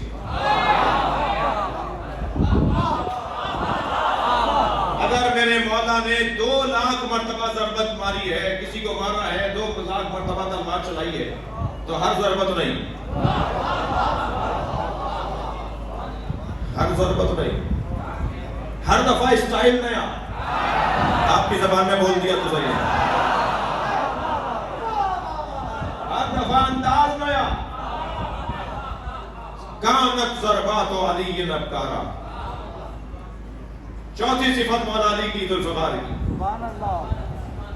جی حضرت نوح نے قرآن مجید سورہ مبارکہ نوح کی 26 میں ہے، قال نوح رب لا تذر علی الارض من الکافرین دیارا. حضرت نوح نے دعا کی اللہ اس زمین پر کسی کافر کو زندہ نہ رکھ. حضرت نوح کی کیا آرزو؟ زمین پر کوئی کافر زندہ نہ رہے. یہ حضرت نوح کی آرزو. اب ذرا مزاج حیدری دیکھ. جنگ صفین میں مولا علی کے قریب مالک اشتر لڑ رہے تھے، اور جب جنگ ختم ہوئی، وہ دن مکمل ہوا، تو مالک نے یہ سوچتے ہوئے مولا کے قریب جا رہے تھے مولا کو سلام کرنے، اور جنگ کے اختتام کے مرحلے میں سب جمع ہو رہے تھے.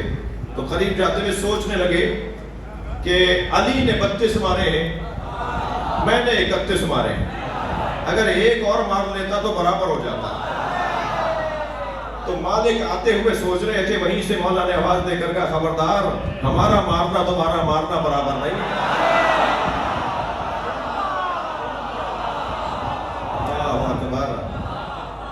خبردار، ہم جب مارتے ہیں تو میری تلوار دیکھتی ہے کہ نسل میں کوئی مومن تو آنے والا نہیں،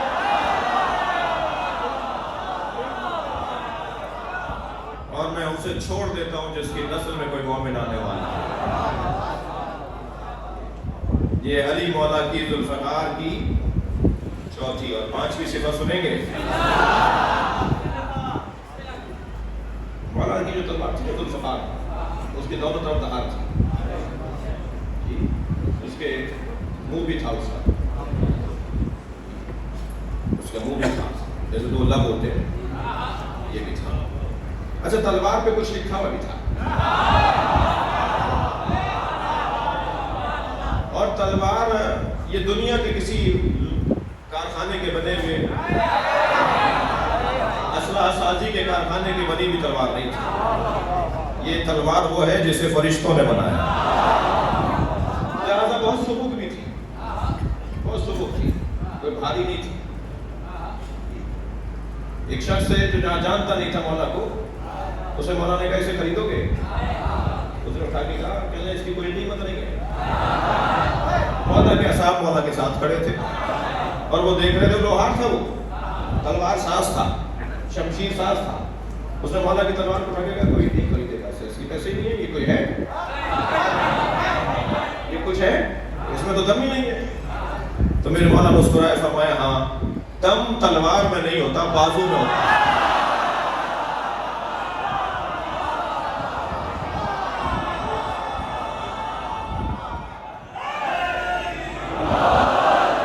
تلوار پہ جو لکھا ہوا تھا وہ دو جملے سنا دوں. میرے مولا کی تلوار پہ کچھ کندہ ہوا تھا، کچھ لکھا ہوا تھا، من لم یرحم لا یرحم. ایک جملہ، جو کسی پر رحم نہیں کرتا اس پہ رحم نہیں ہوتا.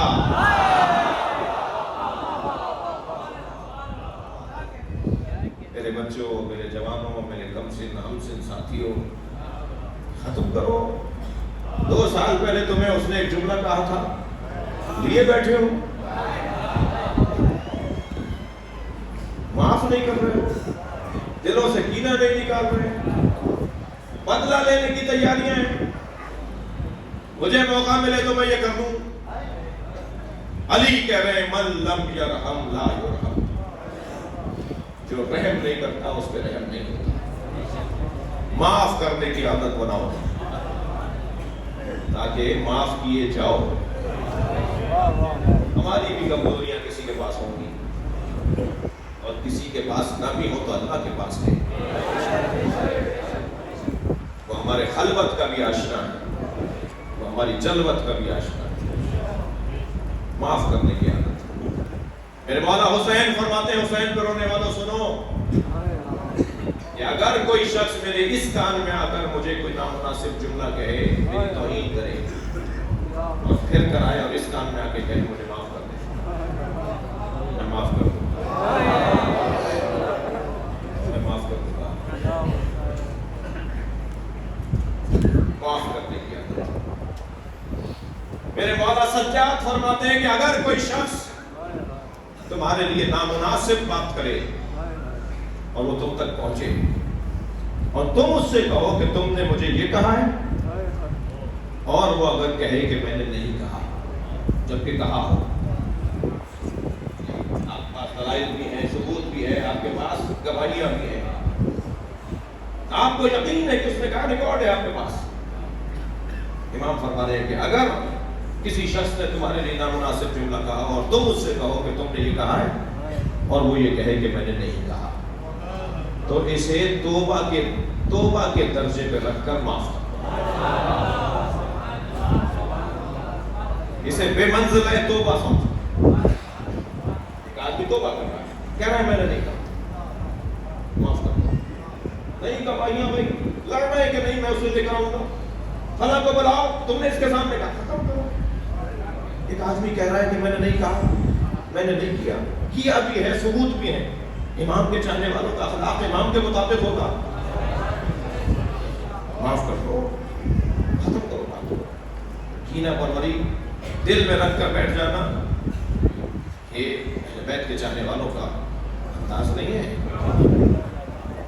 حضرت نوح کہہ رہے ہیں کہ یا اللہ زمین پر کوئی کافر زندہ نہ رہے، اور علی بن ابی طالب دیکھ رہے ہیں کہ اگر یہ کافر بھی ہے تو اس کی نسل مومن آنے والا ہے، تو اسے چھوڑ دو. بس آخری روایت فضائل کے باب میں سنیے.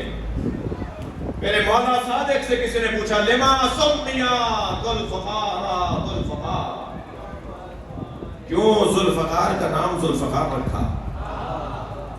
ذوالفقار کا نام ذوالفقار کیوں ہے؟ ہر تلوار کا نام تو ذوالفقار نہیں ہے. ذوالفقار کا نام ذوالفقار کیوں ہے؟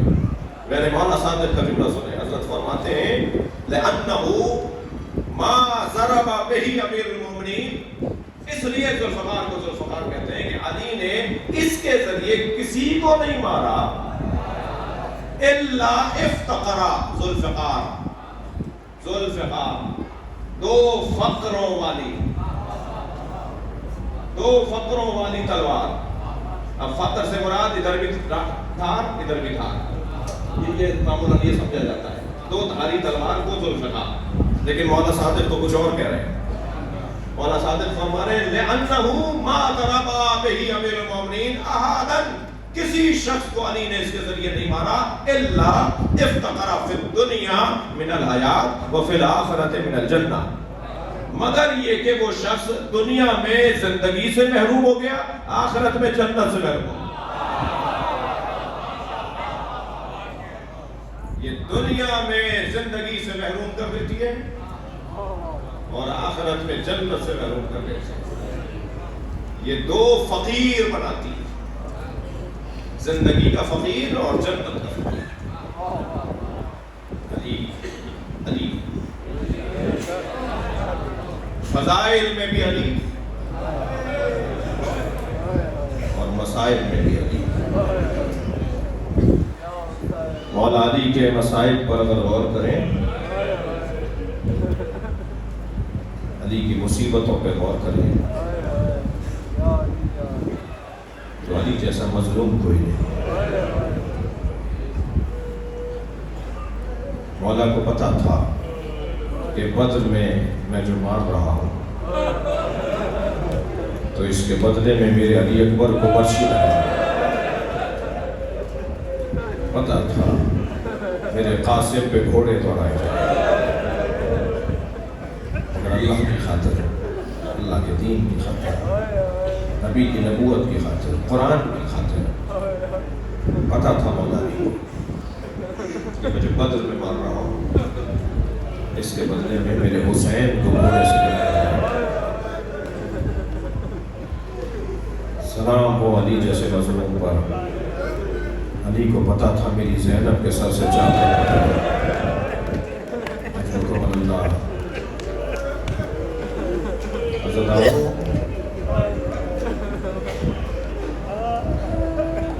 جب جناب زہرا کی شہادت ہونے لگی، مولا علی سے فرمایا یا علی میرے حجرے میں حسن کو بھیج دیجیے. امام حسن سے ان کے مطابق وصیتیں فرمائیں. پھر امام حسن کو بھیج کہا بیٹا باہر جاؤ، بابا سے کہو کہ حسین کو بھیج دیں. پھر مولا حسین کو بلا کر مولا حسین کے مطابق ان کے مطابق انہیں وصیتیں فرمائیں. پھر آخر میں فرمائیں اب زینب کو بھیج دیں. آپ کو اندازہ ہے جناب زینب کی عمر 4 سال، 4 سال کی بچی ماں سے محروم ہو رہی ہے. آپ کی آوازیں بلند ہیں، مجلس میں خواتین بھی بیٹھے ہیں، مجلس میں مائیں بھی ہیں. اگر کوئی ماں بیمار ہو جائے اور بچے اس کے چھوٹے ہوں اور بیماری اس کی لا علاج ہو جائے، تو چھوٹے بچوں کی ماں جب مر رہی ہوتی ہے وہ بہت تکلیف میں ہوتی ہے. وہ کہتی ہے میرے بچوں کو پالے گا کون، میرے بچوں کو سنبھالے گا کون. اسے یہ تکلیف ہو رہی ہوتی ہے.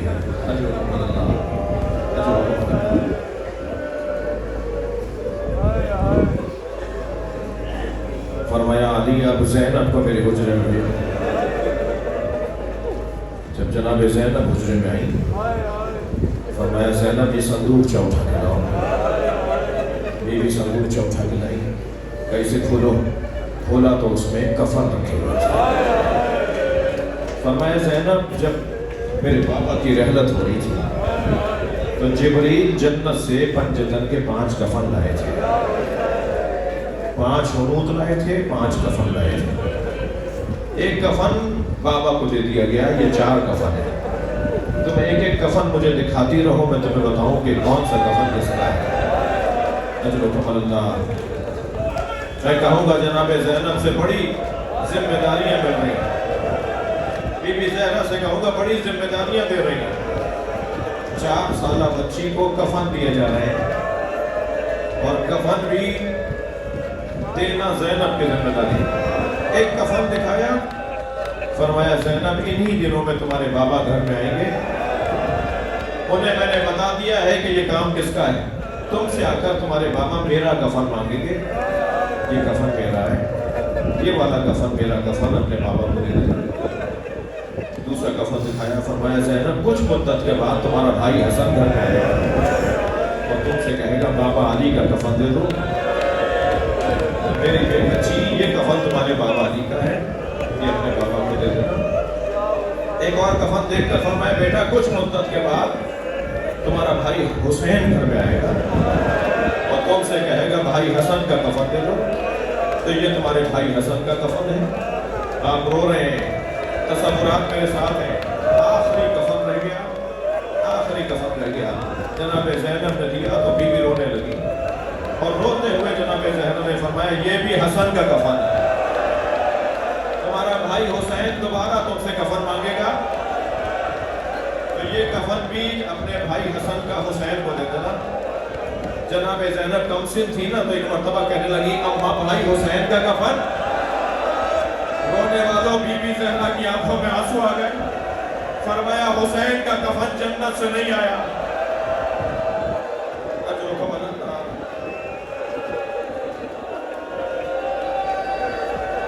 میرا حسین کربلا میں بے گور و کفن، اجر و کمل اللہ، اجر و کمل اللہ، تسلی کر کے روئیں گے۔ مجلس میرے حصے کی آخری مجلس ہے، نہیں معلوم آئندہ سال ان مجالس کی توفیق ہے یا نہیں، ویسے ہر مجلس کو یہی سوچ کر سنا اور پڑھا کریں کہ یا اللہ اگر ہماری زندگی ختم ہو رہی ہے تو آج کی مجلس کو ذریعہ نجات بنا، کہ ہماری آنکھوں میں آنے والا آنسو ہماری بخشش کا ذریعہ ہو جائے۔ سلام ہو زینب کبریٰ پر۔ بی بی کے لقبوں میں ایک لقب ہے مصیبتوں کا کعبہ، جس کے گرد مصیبتیں طواف کرتی ہیں اسے زینب کہا جاتا ہے۔ نانا کا جنازہ دیکھا، ماں پہ گرتا ہوا دروازہ دیکھا، ماں کا جنازہ دیکھا، بابا کی میت دیکھی، حسن بھائی کے جنازے میں تیر لگتے دیکھے، حسین کے جنازے پہ گھوڑے دوڑتے دیکھے۔ اس وقت جناب زینب بہت مضطرب ہوئی تھی جب مشرق کے گھوڑے مغرب دوڑے، آوازیں دے رہی تھی کوئی ہے جو میرے ماں جائے کو بچائے، کسی نے علی کی بیٹی کی نہیں سنی۔ جب پہنچی اپنے بھائی کے لاشے پر تو مولا کی پسلیاں کمر سے نکل رہی تھی۔ اجر و کمل اللہ، اجر و کمل اللہ، اپنی آوازوں کو آزاد کریں گے۔ مولا کی پسلیاں پہچانا نہیں گئے لاشا، لاشے کو دیکھ کر کہا انت اخی زینب، تم ہی زینب کے بھائی حسین ہو، یہ کہہ کر لاشے کے گر چکر کاٹنے لگی۔ امام سجاد نے پوچھا پھوپھی اماں کیا دیکھ رہی ہے؟ فرمانے لگی سالم جگہ ڈھونڈ رہی ہوں جہاں بوسہ دے سکوں۔ زینب کو کوئی جگہ سالم نظر نہ آئی تو کٹی ہوئی گردن کا بوسہ دیا اور مدینے کی طرف رک کر کے کہا نانا میں آپ کے حسین کے کٹے ہوئے گلے کا بوسہ۔ اجر و کمال اللہ، اجر و کمال اللہ، جلدی نہیں ہے، اللہ آپ کو اجر و ثواب عطا فرمائے۔ 11 محرم کو قافلہ کربلا سے چلا، کیسے جناب ام لیلہ نے علی اکبر کا لاشا چھوڑا، کیسے جناب ام فروہ نے حضرت قاسم کا لاشا چھوڑا، سنیں گے ذرا، اور کیسے جناب زینب نے حسین کا لاشا چھوڑا۔ اور جب ان بیویوں کا ذکر کریں نا تو ایک بیوی کو ضرور یاد کریں، کیسے بی بی رباب نے اپنے مولا حسین کا لاشا اور علی اصغر کا لاشا، مائیں بیٹھی ہیں مجلس میں، جو مرد بیٹھے ہیں ان کے گھروں میں بھی بچے ہیں، جب عصر عاشور امام حسین نے علی اصغر کا لاشا دفنا دیا تھا تو ماں کو تسلی ہو گئی تھی کہ میرا بچہ قبر کے حوالے ہو گیا. ایک ہی تو جنازہ تھا جو حسین نے دفنایا، باقی سب گنجے شہیدہ میں رکھے ہیں. لیکن 11 محرم کو جب سر گنے جانے لگے تو کہنے لگے ایک سر نظر نہیں آ رہا. وہ حسین کا 6 مہینے کا بچہ، بتایا حسین نے خیمے کے پشت پہ جا کے اسے دفنایا تھا. اب اس بچے کی ماں دیکھ رہی ہے اور 4 نیزہ بردار ظالم ہیں جو زمین میں نیزہ ڈالتے ہیں کہ کہیں سے لاشا علی اصغر کا مل جائے. اور عجب نہیں، ماں دعا کر رہی ہو، یا اللہ میرا بچہ بچا لے، یا اللہ میرے بچے کو بچا لے. لیکن ایک نیزہ زمین میں گیا، ماں نے منظر دیکھا، لاشا باہر آتے ہو. عزادارو، ہر شہید ایک دفعہ قتل کیا گیا. تھکے نہیں، آبادوں کو آزاد کریں. مگر علی اصغر 2 دفعہ قتل کیے گئے. ایک دفعہ تیر مار کر، ایک دفعہ خنجر چلا کے گردن علیحدہ کی گئی. ننھا سا سر جو نیزے پہ چڑھ بھی نہیں رہا تھا. کیا گزری ہوگی اس بی بی پر. میرے مولا فرماتے ہیں مجھے وہ گھر اچھے لگتے ہیں جہاں رباب اور سکینہ نامی عورتیں ہوتی. سکینہ بی بی نے وفاداری کا حق ادا کیا، جناب رباب بی بی نے وفاداری کا حق ادا کیا. عزادارو بہت رو لیے. ذرا تسلی سے ایک منزل بیان پر توجہ چاہوں گا. مجھے نہیں پتا شام غریبہ میں پانی کون لایا، میری تحقیق نہیں ہے، مگر سب مقتل کی تاریخ کربلا کی کتابوں نے لکھا ہے کہ شام غریبہ میں پانی بھی آیا، کھانا بھی آیا. جناب زینب نے پہلے بچوں کو پانی پلایا اور پھر بچوں کو کھانا کھلایا، اور پھر بزرگوں کو، بڑوں کو، بیویوں کو پانی پلایا، کھانا کھلایا. جب سب بچوں نے اور بڑوں نے کھانا پانی لے لیا تو جناب زینب امام سجاد کے برابر میں آ کے بیٹھی اور کہنے لگی زین العابدین بھابی رباب پانی نہیں پی. اجرکم اللہ. زین العابدین بھابی رباب پانی نہیں پی. امام سجاد آئے اپنی ماں کے برابر میں بیٹھے، اماں پانی پی لیجئے، زندگی پلٹ آئے، بدن میں توانائی واپس آ جائے. حکم امام پا کر جناب رباب نے پانی پیا، کھانا کھایا. عزادارو اس سے زیادہ میں تفصیل سے نہیں بیان کروں گا. ممبر کا ادب بھی مانے ہے، بی بی کی عظمت بھی مانے ہے. میں اشارے میں بات کروں گا، اللہ کرے میری بات منتقل ہو جائے. بی بی نے شام غریبہ میں پانی پیا، کھانا کھایا. آدھی رات گزری تو جناب زینب کے برابر میں آ کے بیٹھی، کہنے لگی مجھے علی اصغر یاد آ رہا ہے، میرا بچہ بھوکا مار دیا.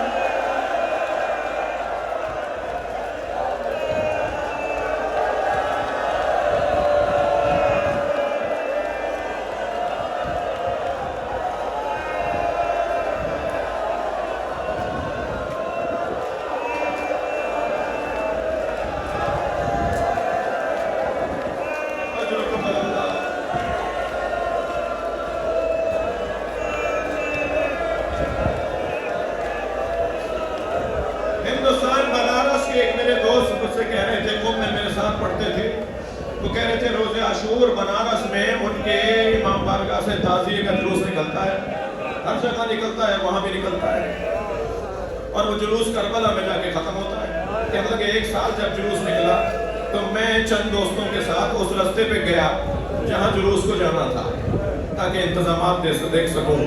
کہنے لگے ہم آگے بڑھے تو سامنے ایک چوک تھا جس پہ ہزاروں کی تعداد میں ہندو عورتیں کھڑی تھیں. ہم قریب گئے تو ہمیں ایک اور منظر محسوس ہوا کہ ہر گود میں دودھ پیتا بچہ ہے. یعنی بنارس کی ساری وہ عورتیں باہر آئی ہیں جو دودھ پلاتی ہیں، جو دودھ پلانے والی مائیں، جن کے دودھ پیتے بچے ہیں. کہنے لگے ہم برابر سے گزرے تو ایک عورت کی آواز آئی، بھائی مسلمان ہو؟ میں نے کہا ہاں مسلمان ہے. کہنے لگے بتاؤ بابا حسین کا جلوس کب آئے گا؟ تو مولانا کہنے لگے میں نے کہا تمہیں بابا حسین کی جلوس کا انتظار کیوں ہے؟ کہنے لگے تمہیں نہیں پتا آج حسین کا بچہ بھوکا مارا گیا، ہم آج اپنے بچوں کو دودھ نہیں پلاتے جب تک تعزیہ دفنا نہ دیا جائے.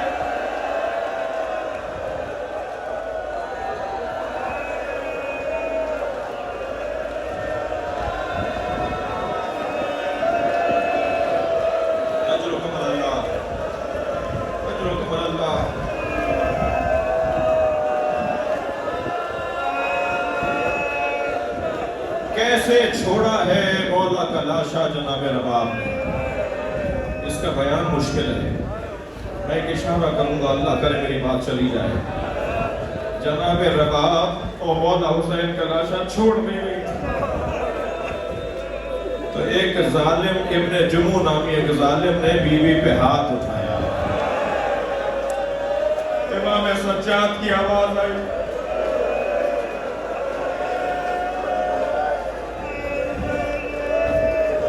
میں غیرت مند لوگوں سے پوچھوں،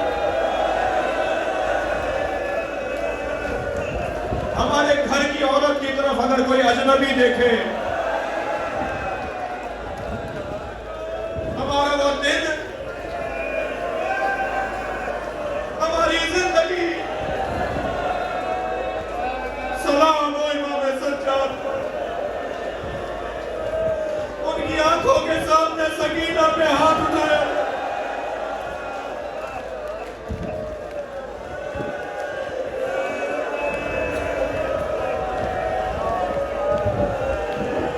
قافلہ کربلا سے چلا، تھکے نہیں، اللہ آپ کو حوصلہ عطا فرمائے۔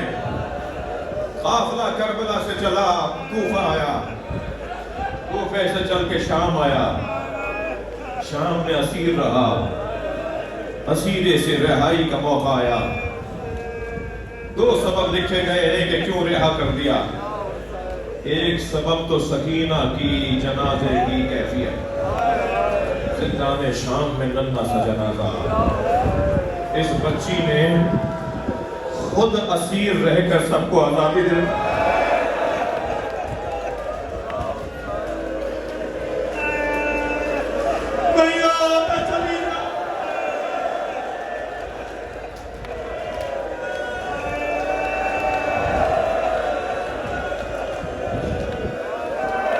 آدھی رات میں سوتے سوتے اٹھی، کیا سوتی ہوں گی، کیسی نیند، ایک مرتبہ بیدار ہوئی، کبھی زندان کے اس کونے میں بابا، کبھی وہاں سے پھر وہاں دیکھ کر کہا بابا، کبھی درمیان میں کھڑے ہو کے کہتی ہیں کہ اماں بابا آئے تھے، کبھی ماں رباب کو جا کے چل جوڑتی ہے، اماں بابا کہہ رہے تھے میں لینے آیا ہوں، میں تو بابا کے ساتھ جاؤں گی، میرا بابا کہاں چلا گیا۔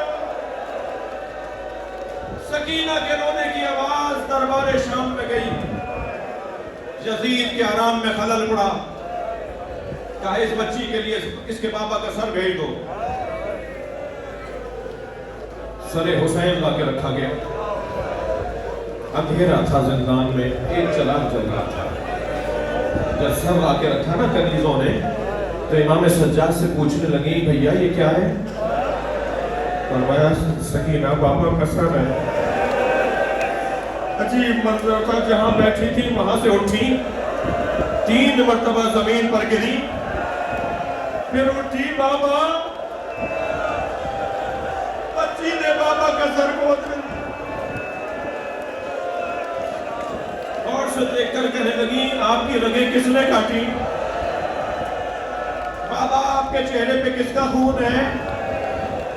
بابا یہ آپ کے سر پہ کیسے پٹی لگ گئی؟ کہنے لگی بابا میرے گوشوارے کھینچ لیے، بابا مجھے تماچے مار دے، بابا میرے کپڑے جلا دیے، بابا۔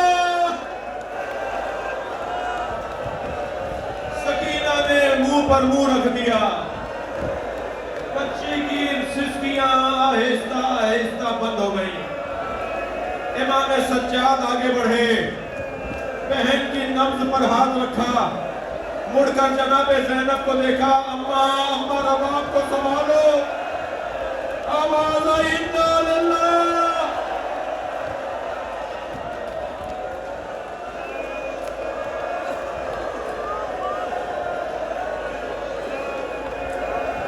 ایام عزا کا اختتام ہے، رو لیجئے جتنا رو سکتے ہیں، مجھے نہیں پتا کہ کیا ہونا ہے۔ قافلہ رہا ہو گیا، میری بیوی نے مطالبہ کیا مجھے گھر چاہیے جہاں میں اپنے بھائی کا ماتم کروں، ہمارے ساتھ ایک قافلہ سالار کرو دو کہ جو ہمیں مدینہ پہنچائے،